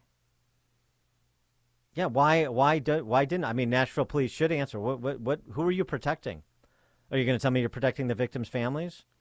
Did I see anywhere where a victim's family said please don't release the manifesto? No, because I didn't see it. Maybe I missed it. And what? So again, give me the argument. Oh, we don't have to give you an argument. We're law enforcement. No, actually, you do. You have to provide explanations. And now there's an investigation into the leak? Huh? Of course. Yeah, of course. Don't waste your time. Don't waste your resources on that. Maybe whoever was close enough to law enforcement to get images of this manifesto, maybe Justice Roberts can put them on the Who Leaked the Dobbs case. Yeah. Rather have that investigated than this. I mean, I certainly understand Matt from the South Side's frustration, but yeah, we can't forget about this stuff. And we can't stop asking questions. I mean, I always go back to my friends, the Edgar County Watchdogs. I love their approach to life in general. And this should be at least part of everyone's approach to life. Who says and what evidence do you have? I got 2 questions. Who says and what evidence do you have? Everybody should have to answer that question in a position of authority representing the interests of other people or with the responsibility to provide for other people, like in a law enforcement context. Who says what evidence do you have? Roger, Southside. Morning, Jay. Quick response to you and Matt, last call. You got to speak up, Roger. Yeah, all we read on social media and every show you listen, your show, any podcast you listen to, are people saying, "Well, when is it going to end?" Okay, it's going to end when the law-abiding citizen or the doesn't take violence to the streets, but actually starts putting pressure on the people who have put us in this spot. And you know who they are. And I'm talking about the Preckwinkles. I'm talking about the Black Caucus of just locally here. Yeah, of course. When we're willing to say, you know what, I'm willing to risk everything I have to go out there with 1,000 other people to stand in front of Tony Preckwinkle's house for a week. Believe me, you'll see these people, they will fold up like lawn chairs. The problem is that the law-abiding person has too many concerns in their life, whether they be family, jobs, bills, everything else. That's what the criminal is not doing. That's what the dirty politician, they don't have to put time into that. Yeah, I got it. Thanks for the call, Roger. Right. I mean, I agree with that. You know, when somebody says, when's it going to end? I don't know. When's it going to end? Wait, that's a question just for me? What? I mean, I'm on the field and you're a spectator? You're not a spectator. You shouldn't be. We had that, our friend Rich from Indian Head Park a couple weeks ago when we were talking about the trans issue, interestingly enough. You know, how much more do they want? Well, as much as you're going to give them or allow them to take. That's how much. You think there's some limiting principle here? Like self-limiting? There's any restraint being exercised? No, so you better confront it. Carl, Arlington Heights. You know, I wonder if the police chief's statement yesterday where he said he was launching an investigation, quote, at the request of the mayor, was purposeful insofar as telling us that we weren't holding this. Powers and authority above us were. And that's why he made what seemed to me to be a purposeful statement. I wonder what your thought is. Yeah, maybe. Maybe. Hard to know. Thanks for the call, Got Carl. a lot of text messages. Dan Fair and Amy, question. that journal is bone-chilling. OMG. If the tranny murderer only attended Latin Mass, this could have been stopped. Yeah, well, the FBI is focused on those Latin Mass attendees. Yeah, no, so right, it could be the political class that's covering their ass in Nashville, which is a Dem town, of course, because it's big and full of artists. God forbid if a transitioning person's a mass murderer. And so right, I mean, so I'm not putting it on law enforcement exclusively. They have to report to civilian political authorities. So, yes, thank you for expanding the scope there. That's fair. Bill in Cape Coral, Florida. Yeah, I just want to agree with that guy on the south side. We're talking. No action's ever taken. A real quick example, these guys, if you get caught as a service member in the airport and you're out of uniform, you can get an Article 15. That you could be demoted one rank or lose money on your pay. These are guys dressed up as women. That's totally out of uniform. Code of Justice. You have to wear the proper uniform. Anything goes. They've lost any type of structure. There's nothing. You can do whatever you want, and nobody does nothing. We have to start arresting these people. Start giving them Article 15. They don't do nothing to them. That's why they're so powerful. It just drives me crazy. But I just want to agree with the general was outstanding. But God bless America. Bye bye. Thanks for the call, Bill. Dan and Amy, Chicago's Morning Answer.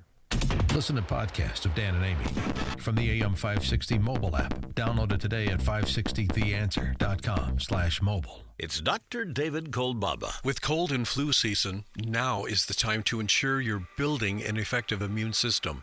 Zinc is so critical for every function of your body, especially your immune defense. And there's no better way to check your zinc levels than our zinc tally test. First, we'll test you in our offices, and then you get to take your very own zinc tally test home with you, and once a week, watch your steady progress. Can't get to our offices for your first zinc tally test? No problem. We'll ship a kit to you. It's so fast and simple to use, with quick results in just seconds, with you not having to pay for those blood tests to check for zinc deficiencies, which most of us probably are deficient. So call our HealthQuest radio hotline at 800-794-1855 to order yours today. And listen to HealthQuest Radio with me, Dr. David Kolbaba, this Saturday morning at 11. Call 800-794-1855. That's 800-794-1855.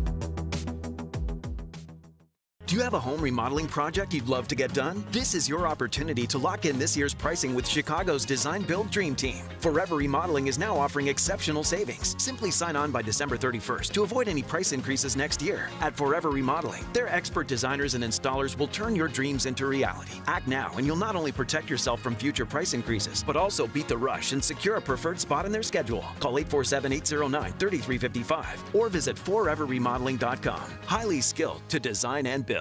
The following is a paid political announcement. Valparaiso is a growing community that has become a model city for the Midwest. Valparaiso has momentum, and Matt Murphy wants to make sure we keep moving forward. Over the past 4 years, we have prioritized public safety by adding additional police officers, firefighters, and school resource officers, and decreased crime by 11%.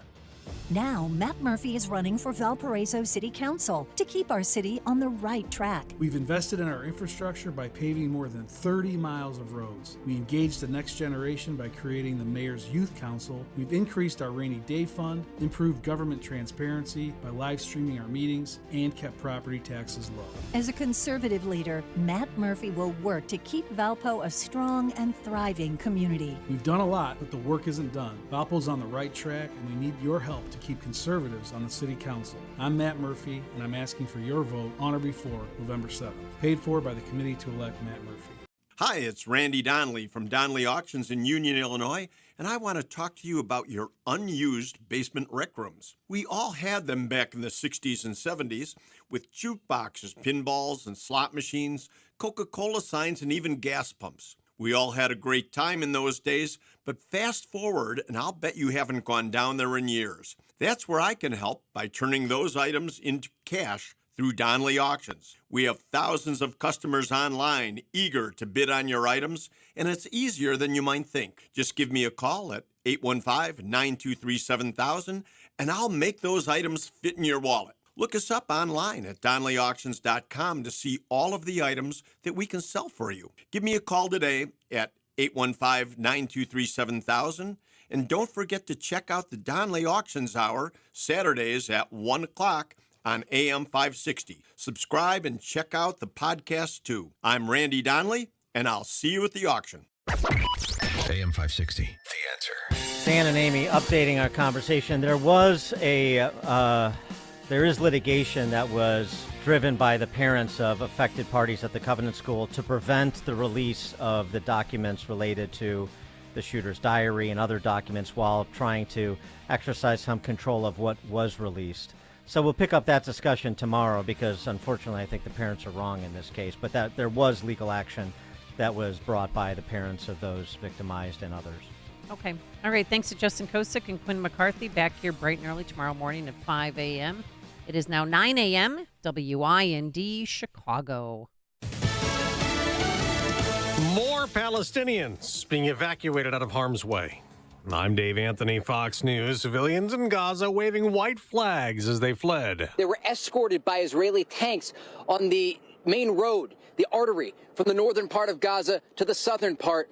An opportunity for those who didn't heed the previous warnings to get out. Fox's Trey Ying's near the Gaza border 1 month after the Hamas terror attack that killed 1,400 Israelis and started the war. They are working to destroy the tunnel system and command centers of Hamas.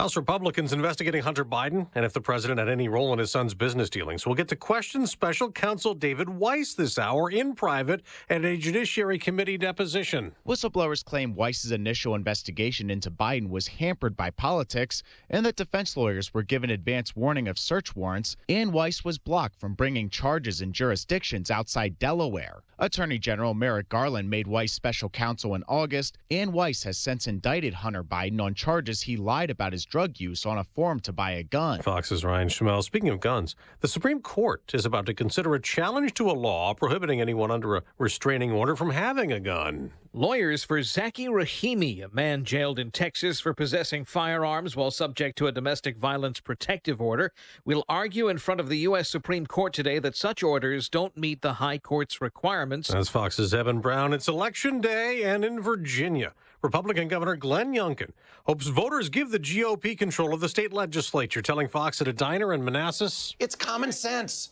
And when we stand up and put parents at the head of the table and say that children belong to parents, not to the state, people say, well, of course they do. Democrats are urging voters to go against the governor, saying if Republicans take control, they'll impose an abortion ban at 15 weeks of pregnancy. Voters in Ohio will answer a ballot question if abortion rights should be written into the state constitution. America's listening to Fox News. 43 degrees at 9:02 on AM 560. The Answer. Good morning. I'm Mike Scott. Chicago City Council will meet in special session today to consider a censure of Mayor Brandon Johnson's former floor leader and zoning chairman. Alderman Carlos Ramirez Rosa stepped down from those posts yesterday after the progressive leader reportedly bullied 37th Ward Alderwoman Emma Mitz, preventing her from entering the chamber to vote last week on a proposal to send a status note to an upcoming ballot to have voters weigh in on whether Chicago should be a sanctuary city. Mitz is expected to comment today. One man is dead. Chicago police officer hurt following a shooting in the South Shore neighborhood. CPS Superintendent Larry Snelling. Dude, very briefly, at which time our officers were fired upon. They returned fire. One of our officers was struck in the arm. It happened yesterday in the 7300 block of South Dante Avenue. The officer is hospitalized with non-life-threatening injuries. The incident is under investigation.